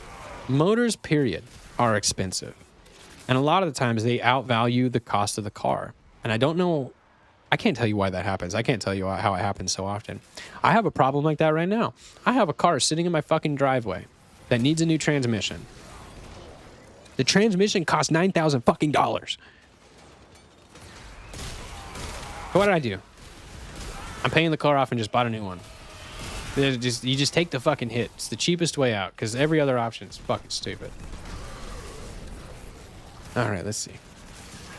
So I remember I saw that would explain it then. The 48K price is probably real, but they were new and have not been normalized. Makes perfect sense to me. Yeah, that type of shit does happen. It's really, really fucking common. And it's also really common for people to like lie and to like make fake documents and say things like that about companies, because it's like it's a hater's job, man. Like it's one of the mentalities you don't upset or don't understand until one day you have a really bad day and you feel like tearing something down for no reason, and you're like, oh, I get it. Like somebody just wanted to talk this shit and make everybody believe Tesla was trash. It really, I mean, Tesla is trash. Let's be real, but it's not as bad as people lead you to believe, if I'm being honest. And the only issue with like Teslas is that they actually have quite a few structural problems, like a lot of structural issues. A lot. Like they're just not that great at cars, man. I'm out of here. Sounds like a major clusterfuck. I still hate their QA, but their tech is cool. I think that the idea is cool. I think that within the next 10 years, there will be a competing electric car company that will make Tesla look stupid. Good hangs, y'all. Warframe and good talks. Doesn't get much better than this. See y'all next time. Have a good day, Davina. Thanks for coming around. Ooh. Yeah, their quality control is major fucked.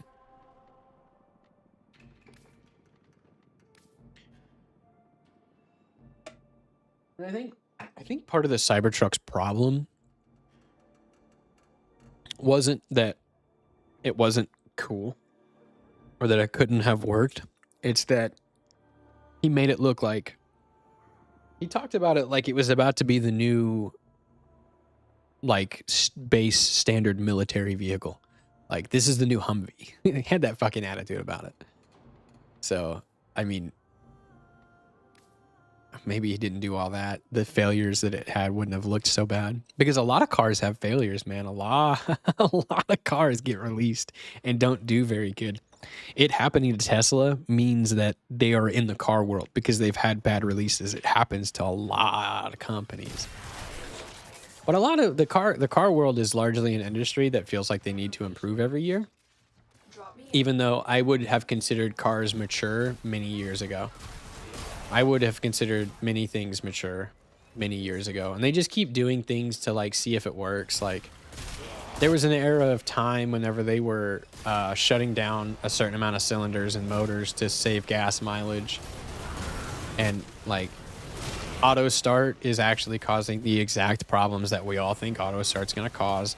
They did not refine the fucking starters. So starting your car 14 times a day versus starting it twice a day means your starter goes out in a year. It's the same old fucking song and dance with them. They just feel like they need to change, and then they change, and then we're mad, and then there's some years that just get everything right. Like, dude, if you buy like a 2006 Honda Civic, there's almost no complaints. You know what I mean? Or like a 2008 Toyota Camry. There's a lot of specific cars out there that are fucking real good. And are never gonna quit. What is our opinion on the Audi A5 2023? Trash or good? We're gonna find out.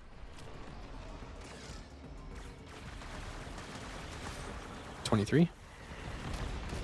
Audi's not a company that changes much, as far as I remember, too, though.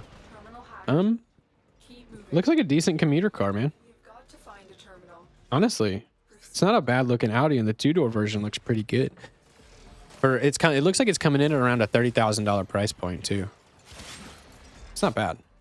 If they were charging Audi prices for it, I'd be pissed. But I'm all for these companies making commuter priced cars. Anything that is under $30,000 is like, that's good. That's a good car. Not always, but their attempt, I think that's a good car, and I think that's what people should spend on cars, because the $80,000 cars is really crazy to me. It's really, really crazy to me. They're literally not worth it. They're like, there is no world where a $75,000 GMC Sierra is actually worth $75,000. And it's crazy that fucking dudes will roll up to a dealership and finance that shit, try to sell it like a year later, and it's worth like $44,000. And like, what happened? Like, dude, that truck was worth $45,000 when you bought it. They fucking raked you over the coals. They're like the prices on cars are crazy inflated. A lot of like, okay, it's no mystery that a lot of things have gone up in price. No, no, no. A lot of things have gone up in price, but no, it doesn't make cars cost an extra $50,000. I mean, I'm going to be fucking clear with you here. The LCD screens we use now to put in cars, that is like almost the golden standard for displaying information to you, costs less than the analog systems we used before. Jesus Christ. It makes me so mad to think about that shit. An LCD screen, literally, you can order them on eBay for like $17 a piece as a person. You know how cheap they're getting them? On wholesale, they're getting them for like $2 each. But, oh, baby, got this big screen to display your information. That's the car I have, my wife's car now. I share the same sentiment. Ferraris, Lambos, etc., are scams. They are hyper expensive, and most owners don't even drive them every day. I guess if you can afford them, it's your deal, but I wouldn't buy one ever. I have a very strict and specific opinion about supercars and that industry. There are not very many that are awesome, and I'm going to tell you, I have a really good separator for those cars. Okay. If I can hand you the keys and you can get in my car and start it, it should not be worth. It should, like, it's not a supercar and it's not awesome. If you have to pull 3 switches, hit 2 levers, activate 2 gas intakes, etc., and then go push a button under the hood to start the car, now we're talking. And yeah, there's a lot of supercars out there like that. And unfortunately, Ferrari tickles both ends of that. Unfortunately, they make good and they make bad.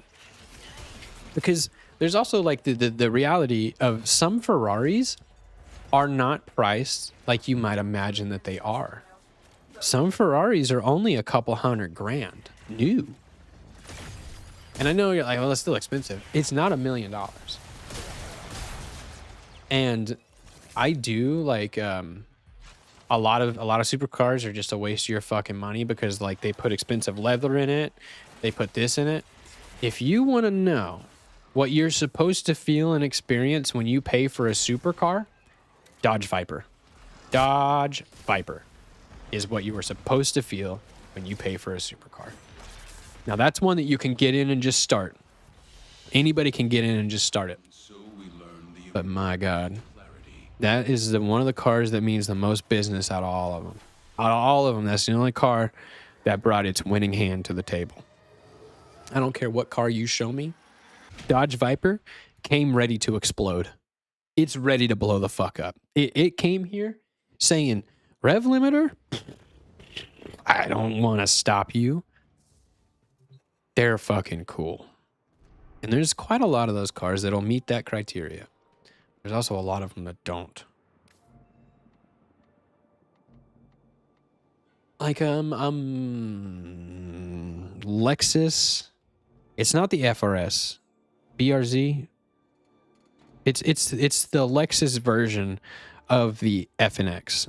And that car clocks in at like $38,000 to $45,000. Is a luxury car, is super fast, and is incredible. And will outperform a lot of supercars. Pagani, dude. I don't know what the Huayra is, but Paganis are historically one of the better cars, or one of the more like worth your time in the supercar world to get.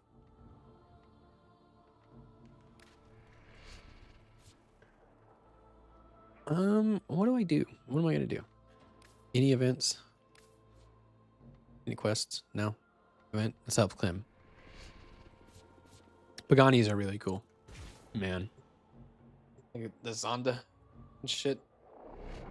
There's also Hennessy. Hennessy is one of those companies that like shows you time and time again. It's either luxury or it's speed, and speed doesn't cost $1 million. This relay is about to get a lot less interesting. Come see me before I go. Darvo.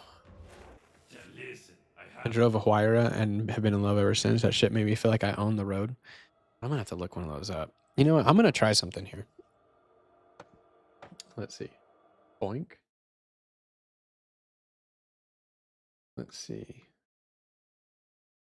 Interact. All right, that works. Gani. Huayra. It'll fix it for me. Oh shit.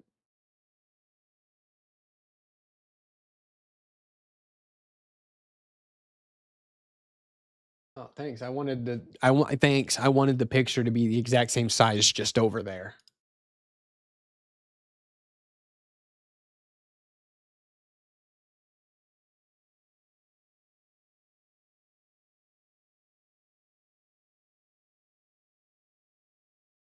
Man. Yeah. I've seen these. You see this like tail end here? I really like that look.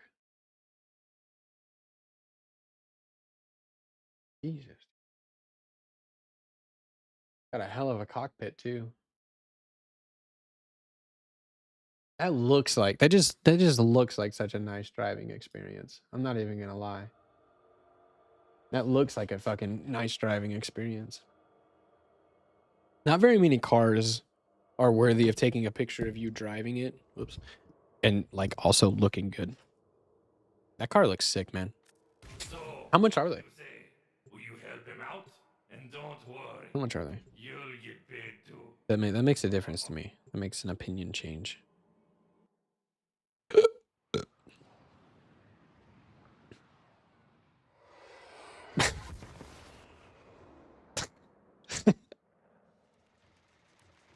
Oh dear God. Holy shit. This is it, the merchandise acquisition mission. You and Clem cause a ruckus. Okay. While my other operatives ease the artifact. Starts at 3.4 million.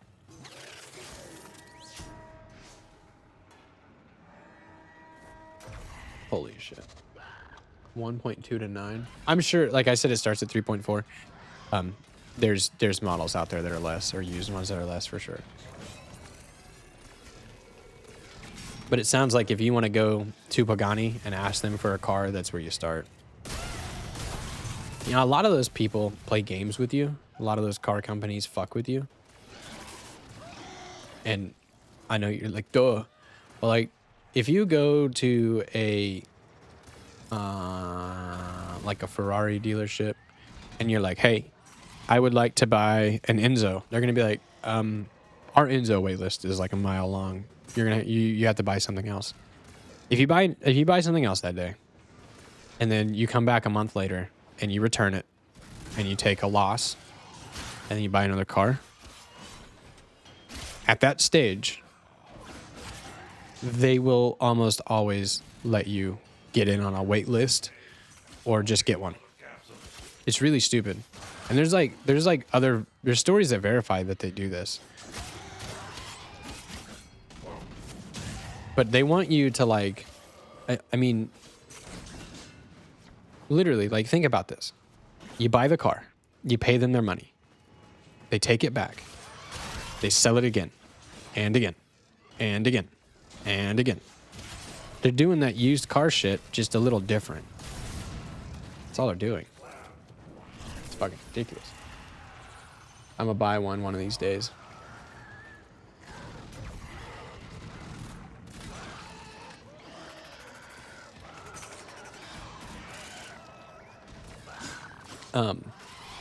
I'm not a genius, but if you really want to buy a car that's that expensive, it's not impossible for people who aren't millionaires. There's ways you can do it, but one of the best ways I would say is patience. If you ever want one, but just keep putting. It's one of those things where you have to want it so bad that you put every extra penny you have into a T-bond, the money market, into a high interest savings account, and you wait. If you can get a savings account to a status where it makes 1/3 of your monthly payment per year and interest, you will have an account that will make them feel very confident about giving you a chance to buy a car. There's a lot of dudes who don't have a lot of money who are able to get those. And I know you are just like, I get the one day I'll buy one thing. I get it. I'm just saying that they are like, supercars are kind of easy to get, and you don't exactly have to be rich to get them. But you do have to be playing with some money. You have to have some cash. You have to be fucking around with some money. Like that much is true. They got to look at your bank account and be like, oh man, there's just a lot of money here and a lot of more money coming in. And it looks like you can afford the payment. Fucking go ahead. I have worked. Okay, listen, I've literally known dudes who drive Lambos who live with their mother because the only expense in life they can afford is their Lambo. I literally know a dude lives 20 minutes from here who drives multiple expensive sport race cars and lives with his mom. And I'm gonna be real. Most cases, this is one of those things where you're like, dude, just lives with his mom and shit. He lives with his mom because she has some disabilities with the loss of her husband. Like she was with the same man for like 30 years, and he passed away, and all of a sudden she was alone in her house, and it was doing like real damage to her. But that is the only thing in life that he's been able to. He just buys cars, man. Just fucking buys cars, and repeatedly sells them. I know another dude. I worked with a guy who was a master mechanic at the age of 22, and he had owned 55 cars. And whenever he started telling me about it, he said, no, 58. Wait, I just bought one 2 days ago, 59. And the thing is he almost never had more than one car at a time either. And something really fucked up happened to that guy. He had a really nice Dodge Challenger that he made that motherfucker about his business. It meant it. It wasn't loud for show. It was loud because it was going 190 in like no time. There was the COVID car crisis, right? You drove up to any dealership during COVID and there was not a single fucking car on their lot. Not a single used one, not a single fucking new one. And what this did was this drove the value of used cars to insane places. That friend of mine who owned that Challenger sold it right before COVID because he thought that we would take a huge business hit as mechanics and that he wouldn't be able to afford paying the monthly on that car anymore. Because his monthly was more than just the monthly payment. He financed some serious upgrades for it too. And it's not like he was just a broke boy spending his money. That dude made a fucking bunch of cash being a mechanic. Anywho, he sold that car for like $25,000 right before the car crisis started because he wasn't sure he'd be able to afford it. Within 2 months of him selling that car for $25,000, the value of his car was $50,000. The dealership across the street from us, their manager said that they would have bought his car for $50,000 on that day. Damn. That dude didn't hold out at all. I'm already halfway there for it. Fuck yeah, dude.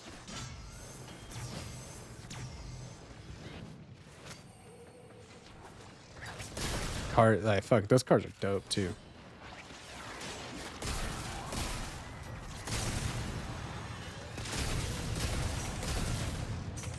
I'm trying in my head right now to come up with like positive things to say about Tesla cars. I'm actually struggling with it.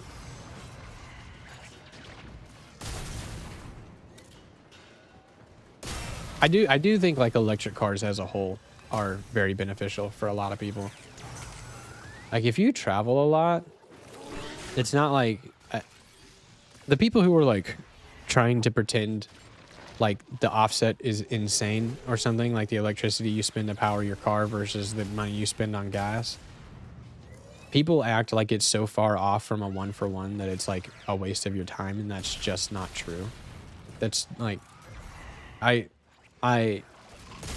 ask your friend who owns a Tesla to share their electric bill with you, and try to find the amount of money you spent on gas in there anywhere.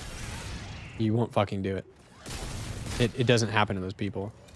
They figured out how to, like, people did like simple math. They're like, this battery takes this much energy, which means it's going to bill you this much a month. Like, they had some sort of understanding how energy transfer works and if it's making the exact same use of it.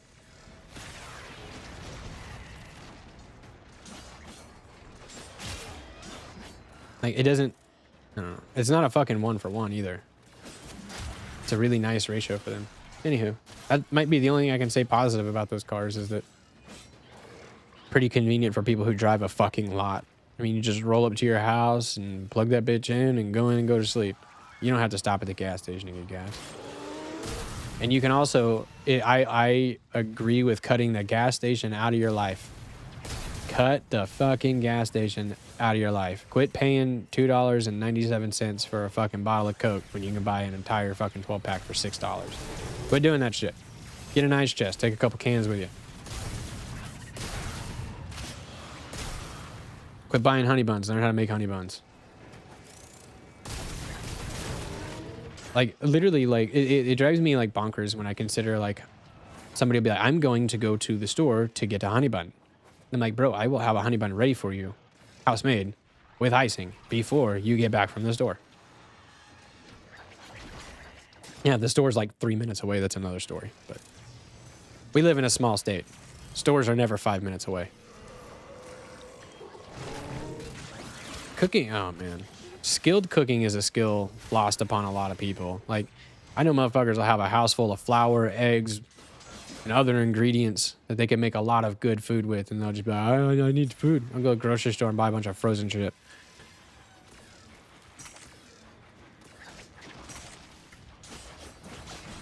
I think you might enjoy it. I would enjoy one. But gas station hot dogs, bro, you're not wrong. Like, okay, another thing, like, don't sleep on gas station food either, because some gas stations make really good food.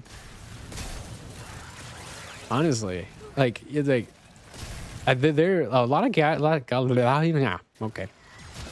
A lot of gas stations have legitimate kitchens in them. And, like, okay, if I ran a gas station right now, guys, let me tell you something. If I ran a gas station right now, do you have any idea how good the food would be that was getting sold out of there? Do you have any idea how good I would make those sandwiches? Those fucking pulled barbecued sandwiches? But you have any idea how fucking delicious they would be?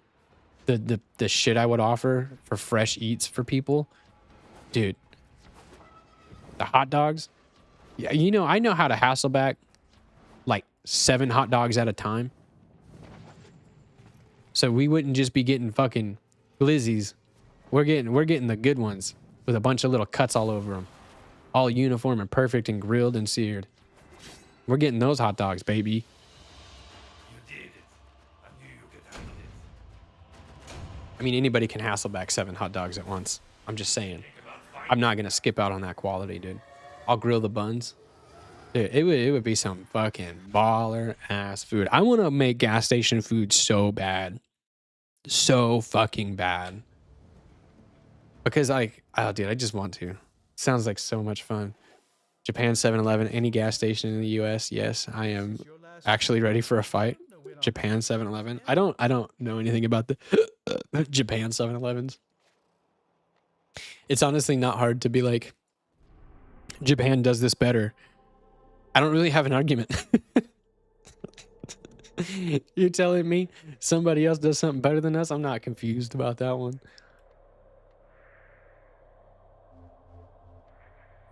I would consider Japan as a final destination of my life, but I really want to smoke weed without being worried. I won't trade smoking weed without a worry for nothing. I won't do it. Affinity blessing, baby. Fuck yeah. I didn't get to thank him. All right. I think I'm going to run up.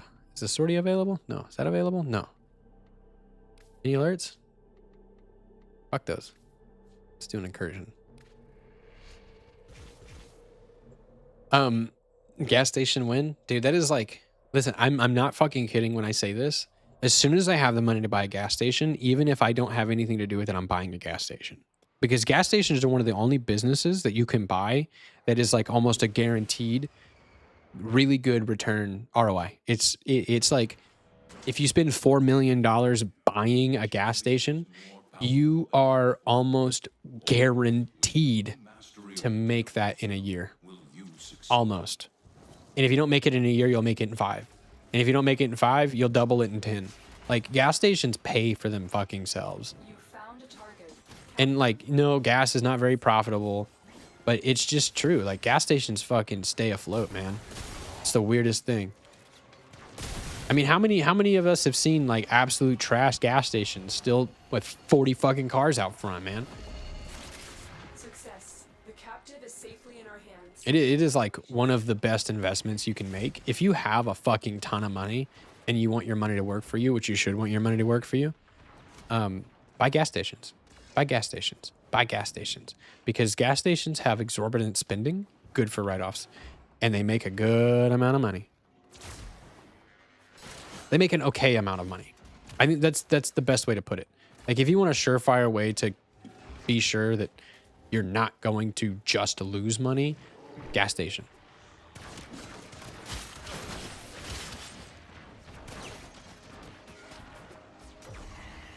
You have no idea how many times I've been spared 9 out of 10 pain because of weed. Yeah. Yeah, there's a lot of value it has, man. And I think that it had so much stigma that people aren't even willing to look at it like a cure for your ailment. You know? They don't care about you being more comfortable. They're just going to go home and drink their fucking bourbon and smack their wife and tell you that you're a piece of shit for smoking a flower. Pagani savings to buy a bunch of gas stations and then earnings from that for a Pagani. That's how you do it, buddy. And for 2 days a month, you put that Pagani for rent on Turo.com for $1,500 a day. $1,500 per 6 hours. And you're going to have a whole bunch of high school dudes trying to press their girlfriends buying that shit every week. Get good insurance. There is little time left. Also, The finest Orokin era items. insurance on supercars is weird. Like, it's almost always just a denial. I think you have to like do some sort of self-insurance on those, and I don't even know how that works.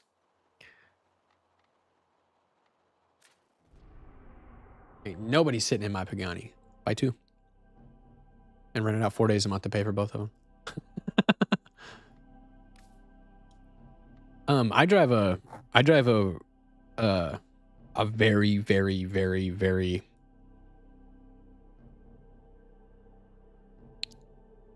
cool but plain car. I drive a Ford Focus ST manual 2015, and the only reason, like, it's not like I went out hunting for that car.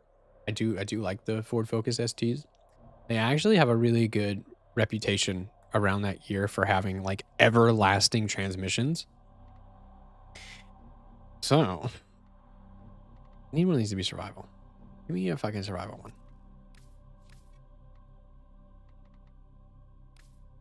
Conjunction survival will do the trick.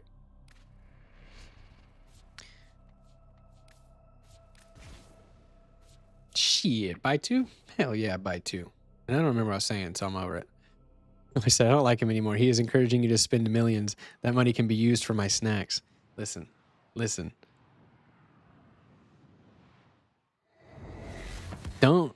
Doesn't she think that if you guys buy a Pagani, can't you just go to the grocery store, steal all the snacks, and then drive away fast enough to not be caught? Come on, dude. It's fucking smart money. Spend a few million and you never have to buy snacks again. She orders more to this place, even though the neural sentry will surely corrupt them too. Dude, what are dudes for other than to recommend other dudes to do things that piss their wives off? It's my job. Let me tell you something. She might actually consider that. Stand by for life support. Hit her with that logic. Like, babe, you know how many snacks we could steal if we had a Pagani? Hear me out. We could rob lemonade stands, baby. Steal all their shit.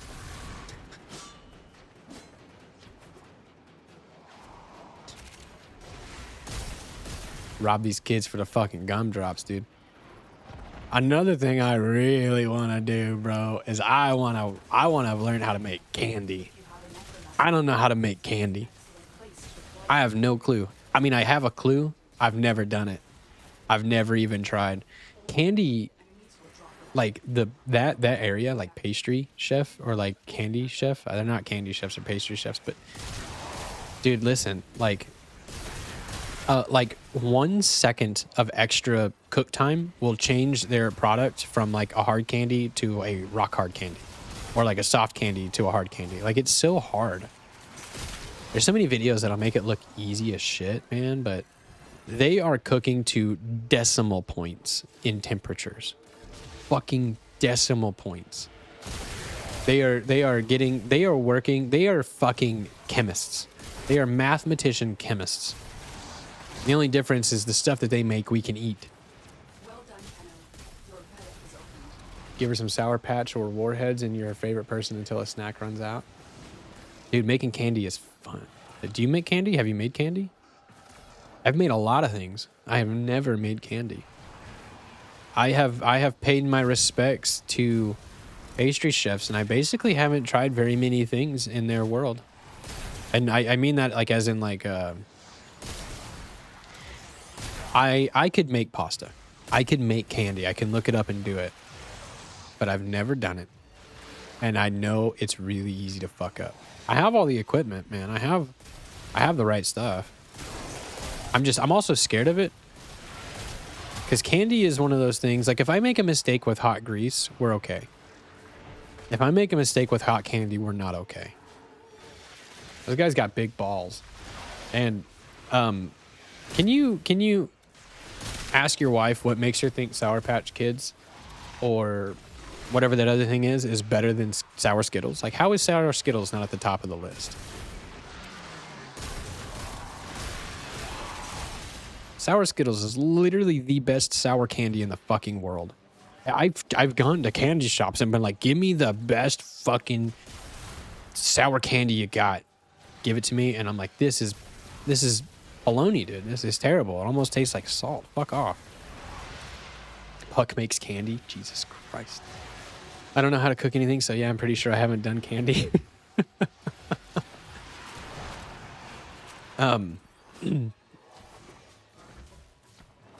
You know, I can teach you how to make caramel, drizzle, butter, sugar, heat. That's it. There can be some other methods too, but largely butter, sugar, heat. You put the sugar in until it starts to turn brown, just starts to melt. Throw some butter in, cook it for a little while. Let it kind of turn in, like just cook it till it's the consistency you want it to be. Caramelize the sugar and then pour that shit all over an apple. Eat it. That's the kind of shit that happens in my house. I'll just make a random fucking thing and be like, hey babe, how about some house-made whipped cream? Yeah, I've made marshmallows before. I've made a lot of stuff like that, dude. A lot of fun. I can hack a company, but making rice is impossible. I can't make rice either. I can make rice for a lot of purposes, but if like somebody who, okay, if Gordon Ramsay ate my rice, he would insult it. At least that's what I think. Because, yeah, I know that this might sound crazy. And it may not, but like Gordon Ramsay is the little voice in my head. Like he is the little voice in my head. Yeah, fucking. And I honestly really, really, really idolize that fucking dude. Aside from the showmanship, he's actually a very, very, very, very talented chef. Like he earned his stature.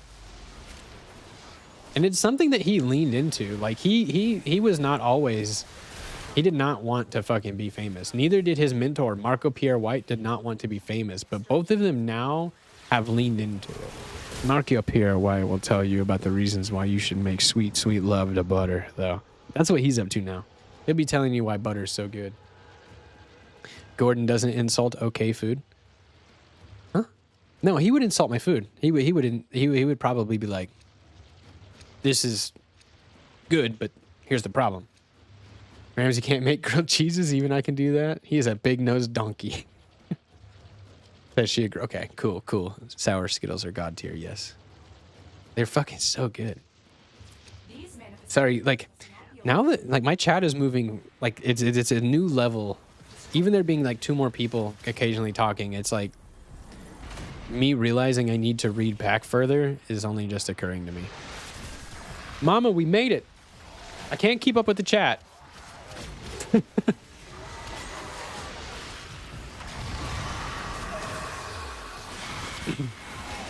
And like Gordon's also really cool about like knowing who he's talking to, right? Like if he's teaching kids, he's very, very delicate with them. And like he might give them a little love, little pushes, but like he knows how to treat kids when it comes to learning how to cook. He's very, very nice to them. Adults, on the other hand, we don't need people to be nice to us. And if you put yourself in a situation where you're being judged by Gordon Ramsay and you're not happy about it, maybe you chose the wrong fucking career. And I'm gonna also make this like really, really fucking clear. That type of behavior is not common in practice. Almost every single chef I've ever worked for had a much better communication style and a much easier personality to handle. That is not common, like, at all. But I think that it gets exacerbated by the fact that it is common when you have people that bad working for you or people who make those kinds of mistakes. I have yelled at somebody over gravy on fries not being on a ticket because it wasn't important to them. And they wanted to be like, okay, let me put it to you this way. We had a fry cook, dude who was responsible for providing me with French fries and seasoning them. We had a ticket come through and the fries were supposed to get gravy. Somebody sent the fries out without gravy. At this point in time, I have decided the fries have been out of play for a little too long and we're going to remake them. I ate one of the fries. I decided I didn't like the way it tasted. It wasn't as fresh as it should be anymore. And I told him he needed to make a new batch of fries to sell for the fresh gravy fries that we were about to make. And he said, well, it didn't say gravy on my ticket. Oh, man, you bet your ass I lost my shit. That's I've told this story once or twice. That's when I told that dude, like, hey, man, I love being way better than you. I can't tell you just how good it makes me feel that I am so much fucking better at this job than you.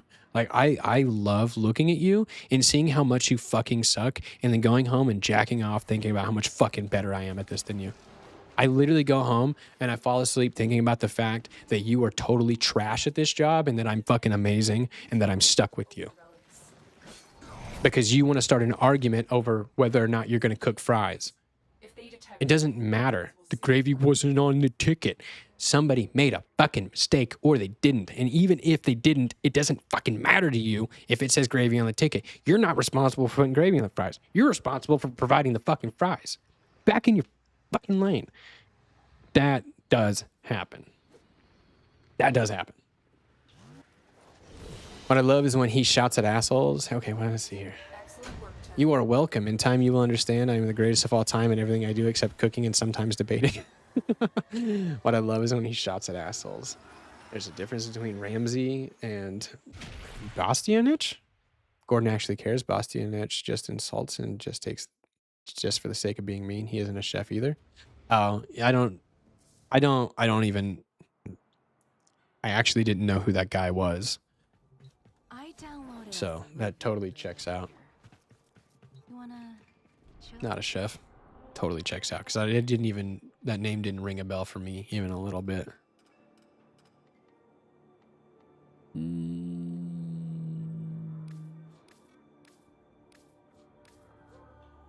Ooh. There we go. We'll do this until, possibly till stream end. But I might actually, don't want to get stuck in a situation where I can't extract without my Vitus. I've done that like 3 times. I've had to just abort mission when we're like too many minutes away from finishing. Fight this arbitration as any mortal creature. Motherfucker. There are no second chances.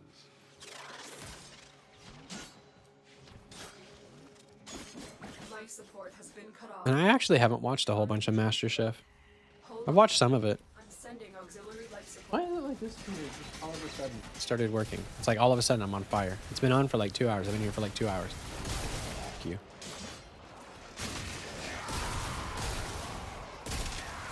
I think I'm going to do this for 5 minutes, and then after talking all this food shit, I really want to go harp on some cooking videos after this.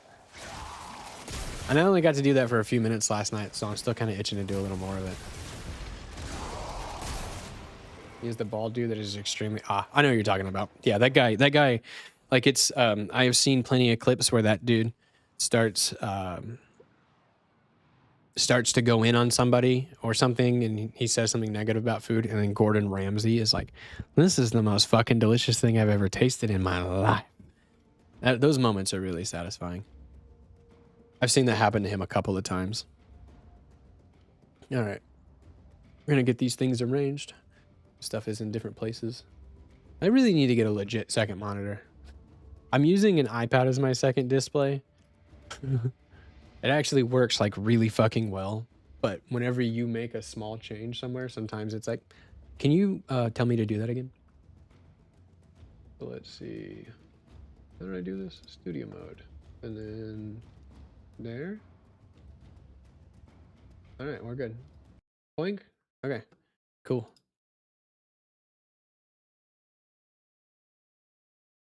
Oh, fuck. Why did I do the activate thing again?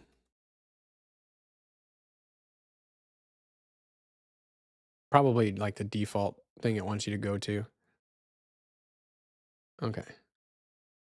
Turning a Big Mac into a gourmet meal. I'm not watching that. Let me just Google food video. Or YouTube food videos. I think I'll watch an actual horizontal one. Popular Japanese foods. ASM, fuck off. Most trending TikTok recipes, fuck off. Grilling the juiciest steaks in the mountains wilderness barbecue. Fuck off. This is all stupid. Giant village pizza, so big it needed an excavator. What did they do with all that food afterwards? They better fucking gave it to somebody. New York City's most expensive Italian food. No.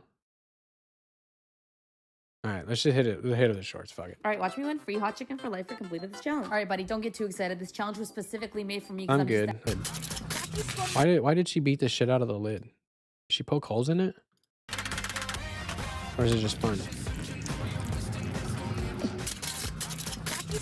It's almost like you didn't have to do that, but you did it anyways. Okay. Letting fate decide what I eat for a full day. So I decided. No, I'm good. This is a reminder. I want people who Always think they rock know your how to hard- cook, not whatever the fuck this is. Cheap versus expensive burger. What the fuck, dude? Okay. Let's try this. And just go... Alright, let's try Trying this. food creators' most viral The fuck is that? I don't even know, dude. I don't...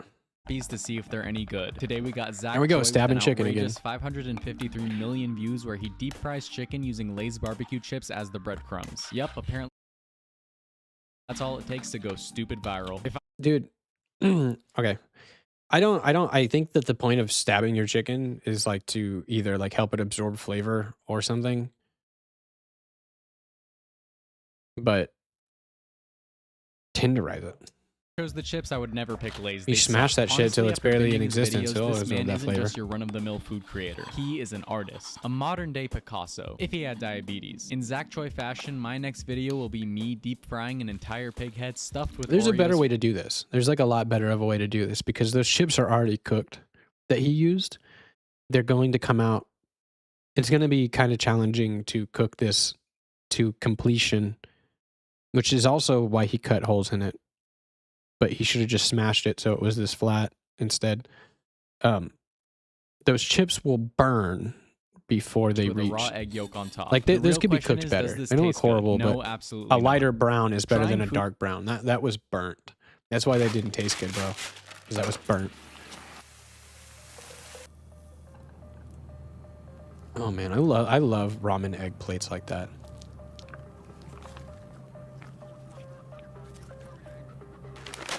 What?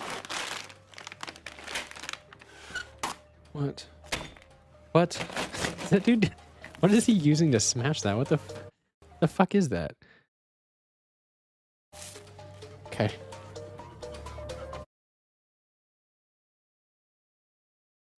Whatever. He made the crumbs. If I ask you to make crumbs, I don't care how you make them. You gave me crumbs. Shing. Shing. Dude, you can make a shing running your knife on a fucking tabletop. Or on your skin, or on your forehead. This is a fried sticky rice ball from Vietnam, and it's one of the coolest street foods I've ever seen. It's made by adding some soft sticky rice into hot oil, and then breaking the sticky rice up into a bunch of small pieces. Huh?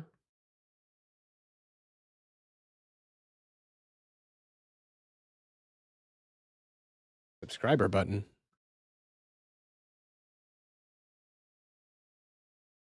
I see you. Okay.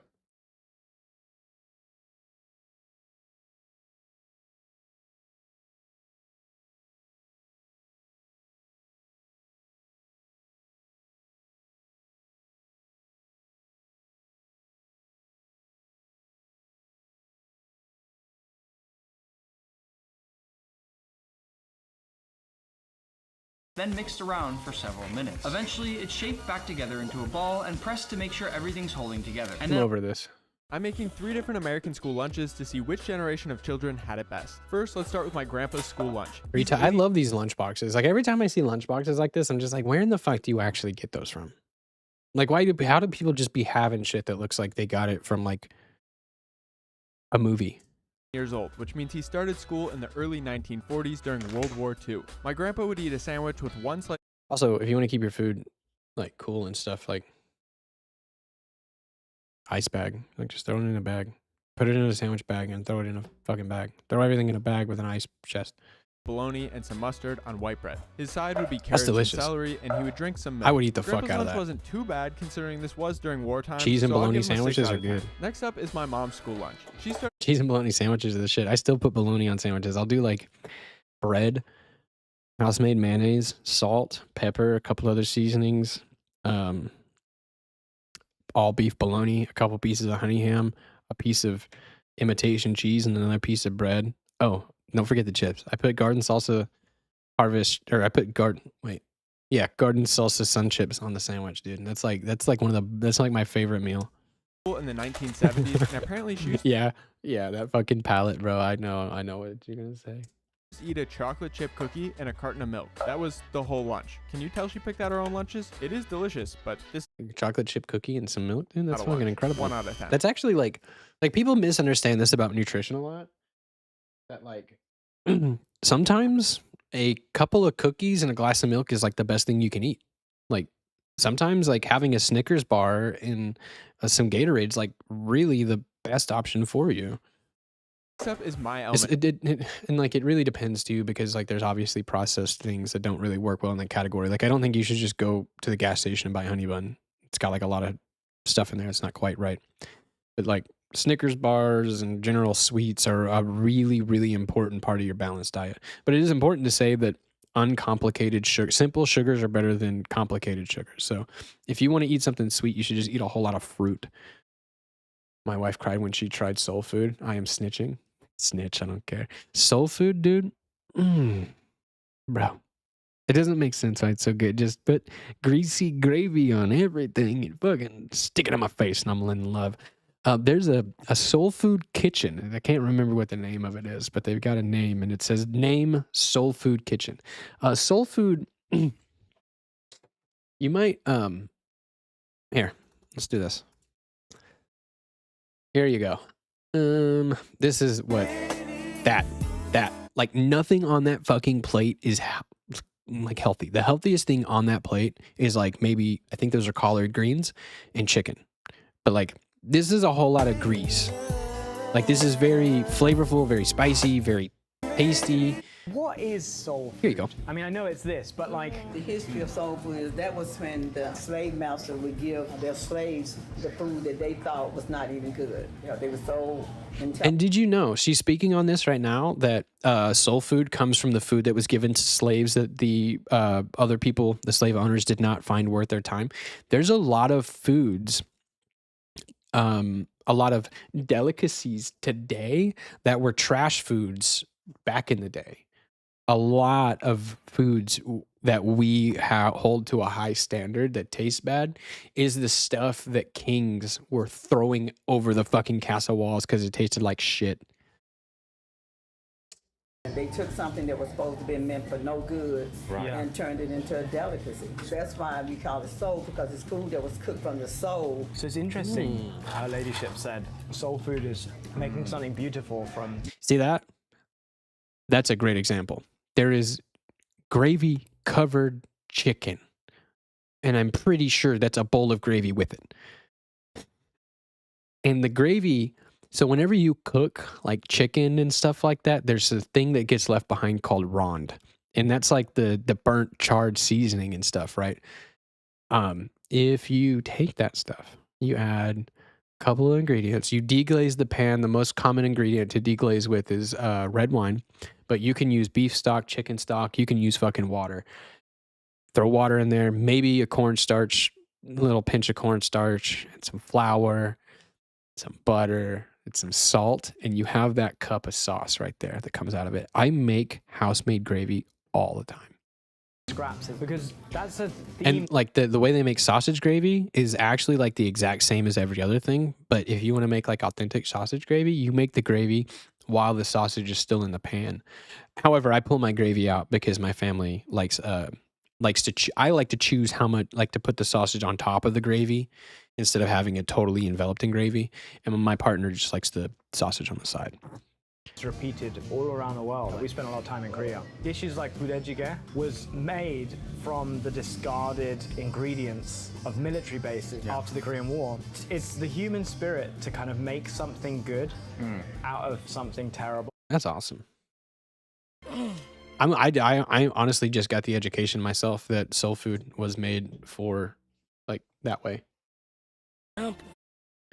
Can't think, must eat. Yeah, good luck not getting hungry. Deep fried catfish, macaroni and cheese, and sweet cornbread.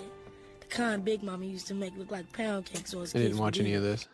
Dumplings, deep fried catfish.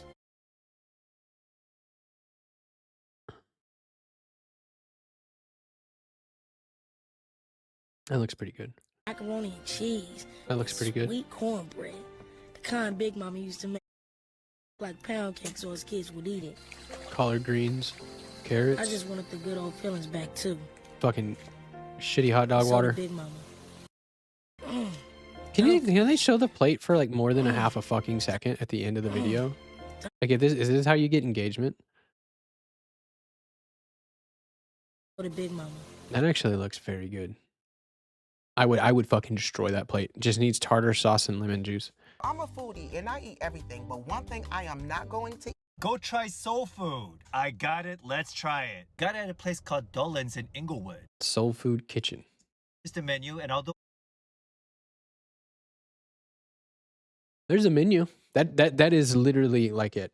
Mac and cheese, smothered pork chops, meatloaf, baked or fried chicken, smothered chicken, baked or fried, veggie plate. This is it. This is soul food I right got here. fried chicken. That oxtail is singing my name. We'll make. Ruh-roh, Raggy.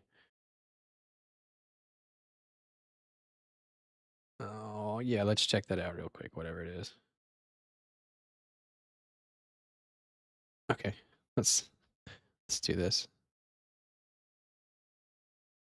Go back. Open. Pause. Let's see. I think I can do this. Boink. And then I promise you. Separate video.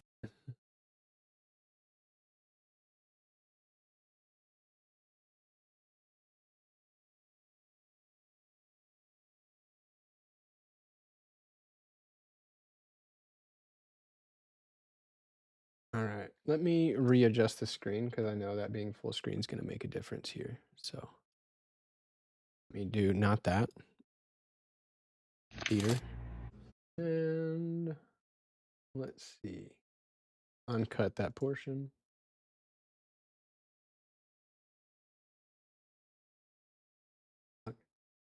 Properties. Oh, I'm on the right thing. Okay, let's see. I just pulled it way over. Right there looks good. Yeah. Apple juice. That looks good. Actually, I can move this over a little bit. It looks like he's got black bars. Let's see. Thank you for watching. Pineapple juice? Wait, why that turkey in the bucket and why you pouring all that juice in there? Wait, why that turkey in the bucket and why you pouring all that juice in there? Now, how many Okay, so I'm going to stop this now and say that is a brine. That is apple juice. Pineapple juice, which are both very good for brining turkey. And I'm pretty sure I saw citrus. Lots of citrus in there. Oranges. Lots of citrus. Okay. Yeah, that's a good brine. And why you pouring all that juice But I'm in going to there? guess that this is going to go somewhere different. Because at this junction, brining a turkey in a bucket is not the craziest thing I've ever seen. It's actually really hard to find a good way to brine a turkey. The way I did it was I went and I bought a tub from the local store. And I put the I lined the chicken or the turkey with a food liner, like a just a big piece of plastic. And I poured all the juice in there, and then I tied up the fucking bag, and I sucked all the air out of it, and I put it in my fridge for like a day and a half or a day. I can't remember how long I did, but not too long because there was like literally a fucking ton of salt in it. When I cooked that turkey, I kid you not, I broke it down. I cut all the meat off of it, and I gave one of the fellas a drumstick. I gave myself a drumstick, and then I gave everybody else, breast and other pieces. The people at my table ate every single piece of fucking turkey on their plate before they touched any of the other extremely high quality sides that I made with it or went through the effort of doing. And they were climbing up on the table, pulling more turkey off of that motherfucker, and they turned that shit into fucking bones. Now, how many? Let's see. I'm just curious to see your reaction. Oh, hell yeah. I did a chicken stuffing with banana once and glazed it with honey. Was the best thing I ever made. That exactly. Like that sounds good. Sweet. Okay. Like there's a bit of a science that happens with food whenever you have sweet, salt, and savory. Because if you introduce the right amount of salt to sweet, you won't notice the salt, but you will elevate the taste of the sweet. And the same thing goes with other stuff.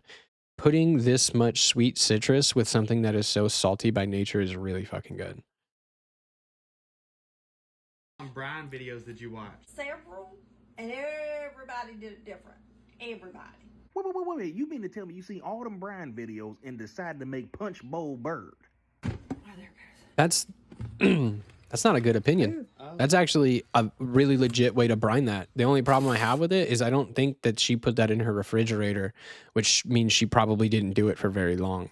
Now, Mama, you got to put at least some salt and pepper on that, because who won't? Okay, all of the salt and pepper, all of the salt and seasonings were already added to the brine and soaked into the turkey. And if they add any salt to it, it's going to be a salt bomb. That turkey already soaked up all of the fucking salt contents of all the stuff that was in it. Uncle Punch turkey. We might be out of our element on this one, so That is cured. That is cooked. What happened? How did they go so wrong? They did the brine. Like, I understand the dude not understanding a brining process. It did kind of look goofy because they were doing it in a bucket. But I mean, we use buckets in restaurants to brine things. Buckets are literally designed for the food industry. They deliver pickles in buckets. They deliver other pickles in buckets. They deliver things in buckets. We store lettuce in 5-gallon buckets. However, that doesn't look right. There's something wrong with that. Maybe she cured that shit in the brine for so long that it actually cooked it. Because that's what curing is. You just put a bunch of salt with that shit until it is safe to eat.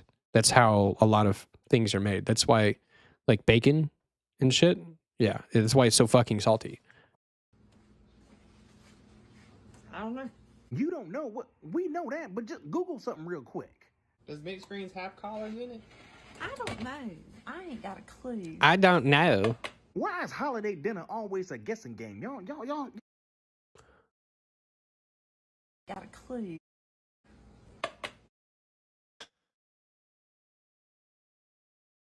Why is holiday dinner always a guessing game? Y'all stay. That did not look gambling appetizing. with y'all gut. That did not. That turned me off a little bit. That fucking pile of canned greens right there was like. Okay, so ham slices in the greens. Okay. Wait.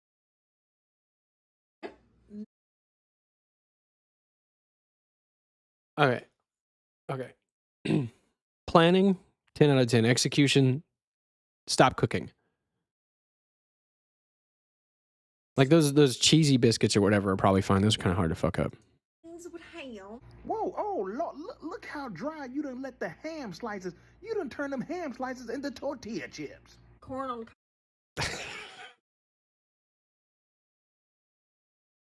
That dude has a point. Those ham slices look really fucking bad. Corn looks fine. Toast. What did you do to that toast? How did it end up with that fucking spot in the middle? Is it just still a bunch of butter? Toasted in the oven? What is that for? We've got our brine turkey. That was the ham I was looking at a minute ago. That's the turkey. Okay. There's a problem. That thing is so fucking horribly cooked. It's not on a tray. It's just sitting in everything, which means, all right, you want to cook a turkey, wrap the whole thing up, first of all. And if you don't know how to tie a bird, it doesn't matter. You don't have to tie it. Just wrap it up in tinfoil. And you cook it in tinfoil for 75% of the time that it cooks. And then for the very last piece of it, you pull the tinfoil off and you baste it every 10 minutes. You come up and you grab some of the juice that's under it, plus bacon. I use bacon grease to paint my turkey. Yeah. So I used bacon grease and I would paint my turkey with bacon grease. And it ends up with a very nice, perfectly toasted shell. Also, you don't want stuff resting on top of it because then you won't get a crispy shell. And I'm willing to accept that there's a possibility that the meat inside of that turkey probably tastes good, but it looks bad on the outside. This man got his soul shattered. Yeah. As soon as I started seeing results and I was just like, listen, oh my God.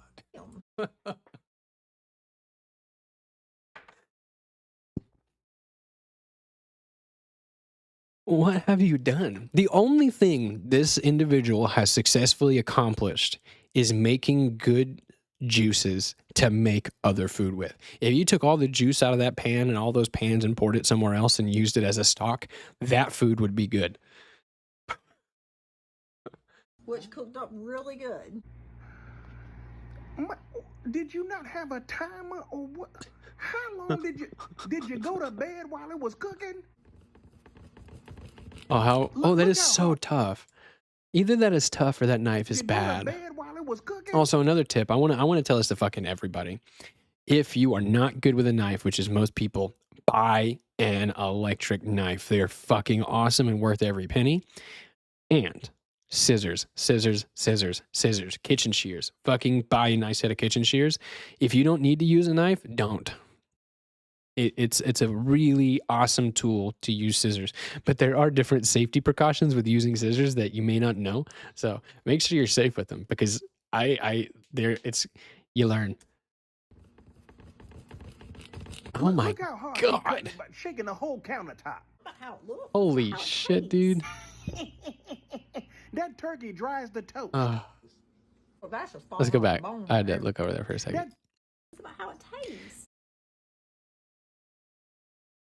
Okay, at this point, the only salvageable thing you can do with this turkey is to take all of the good meat out of it, cut all of the good meat up into little bits, and put it in a cold salad. That is your only path to redemption. That turkey dries the toast. Well, that's just falling off the bone right there. Yeah, that turkey dries the toast. Well, that's just falling off the bone right there. Well, that's just falling off the bone right there. Falling off the bone because it's dang near cremated. You gotta save some for everybody. No. She can. Okay. It's almost guaranteed that this lady is not only feeding this to the people present in the video. Get your fucking thumb out your fucking mouth. Well, that's just falling off the bone right there. Yeah, it's falling off the bone because it's dang near cremated. You gotta say. Do you want this lady making food for your whatever they call them things where a bunch of people make food for each other? Do you want this? Oh my God.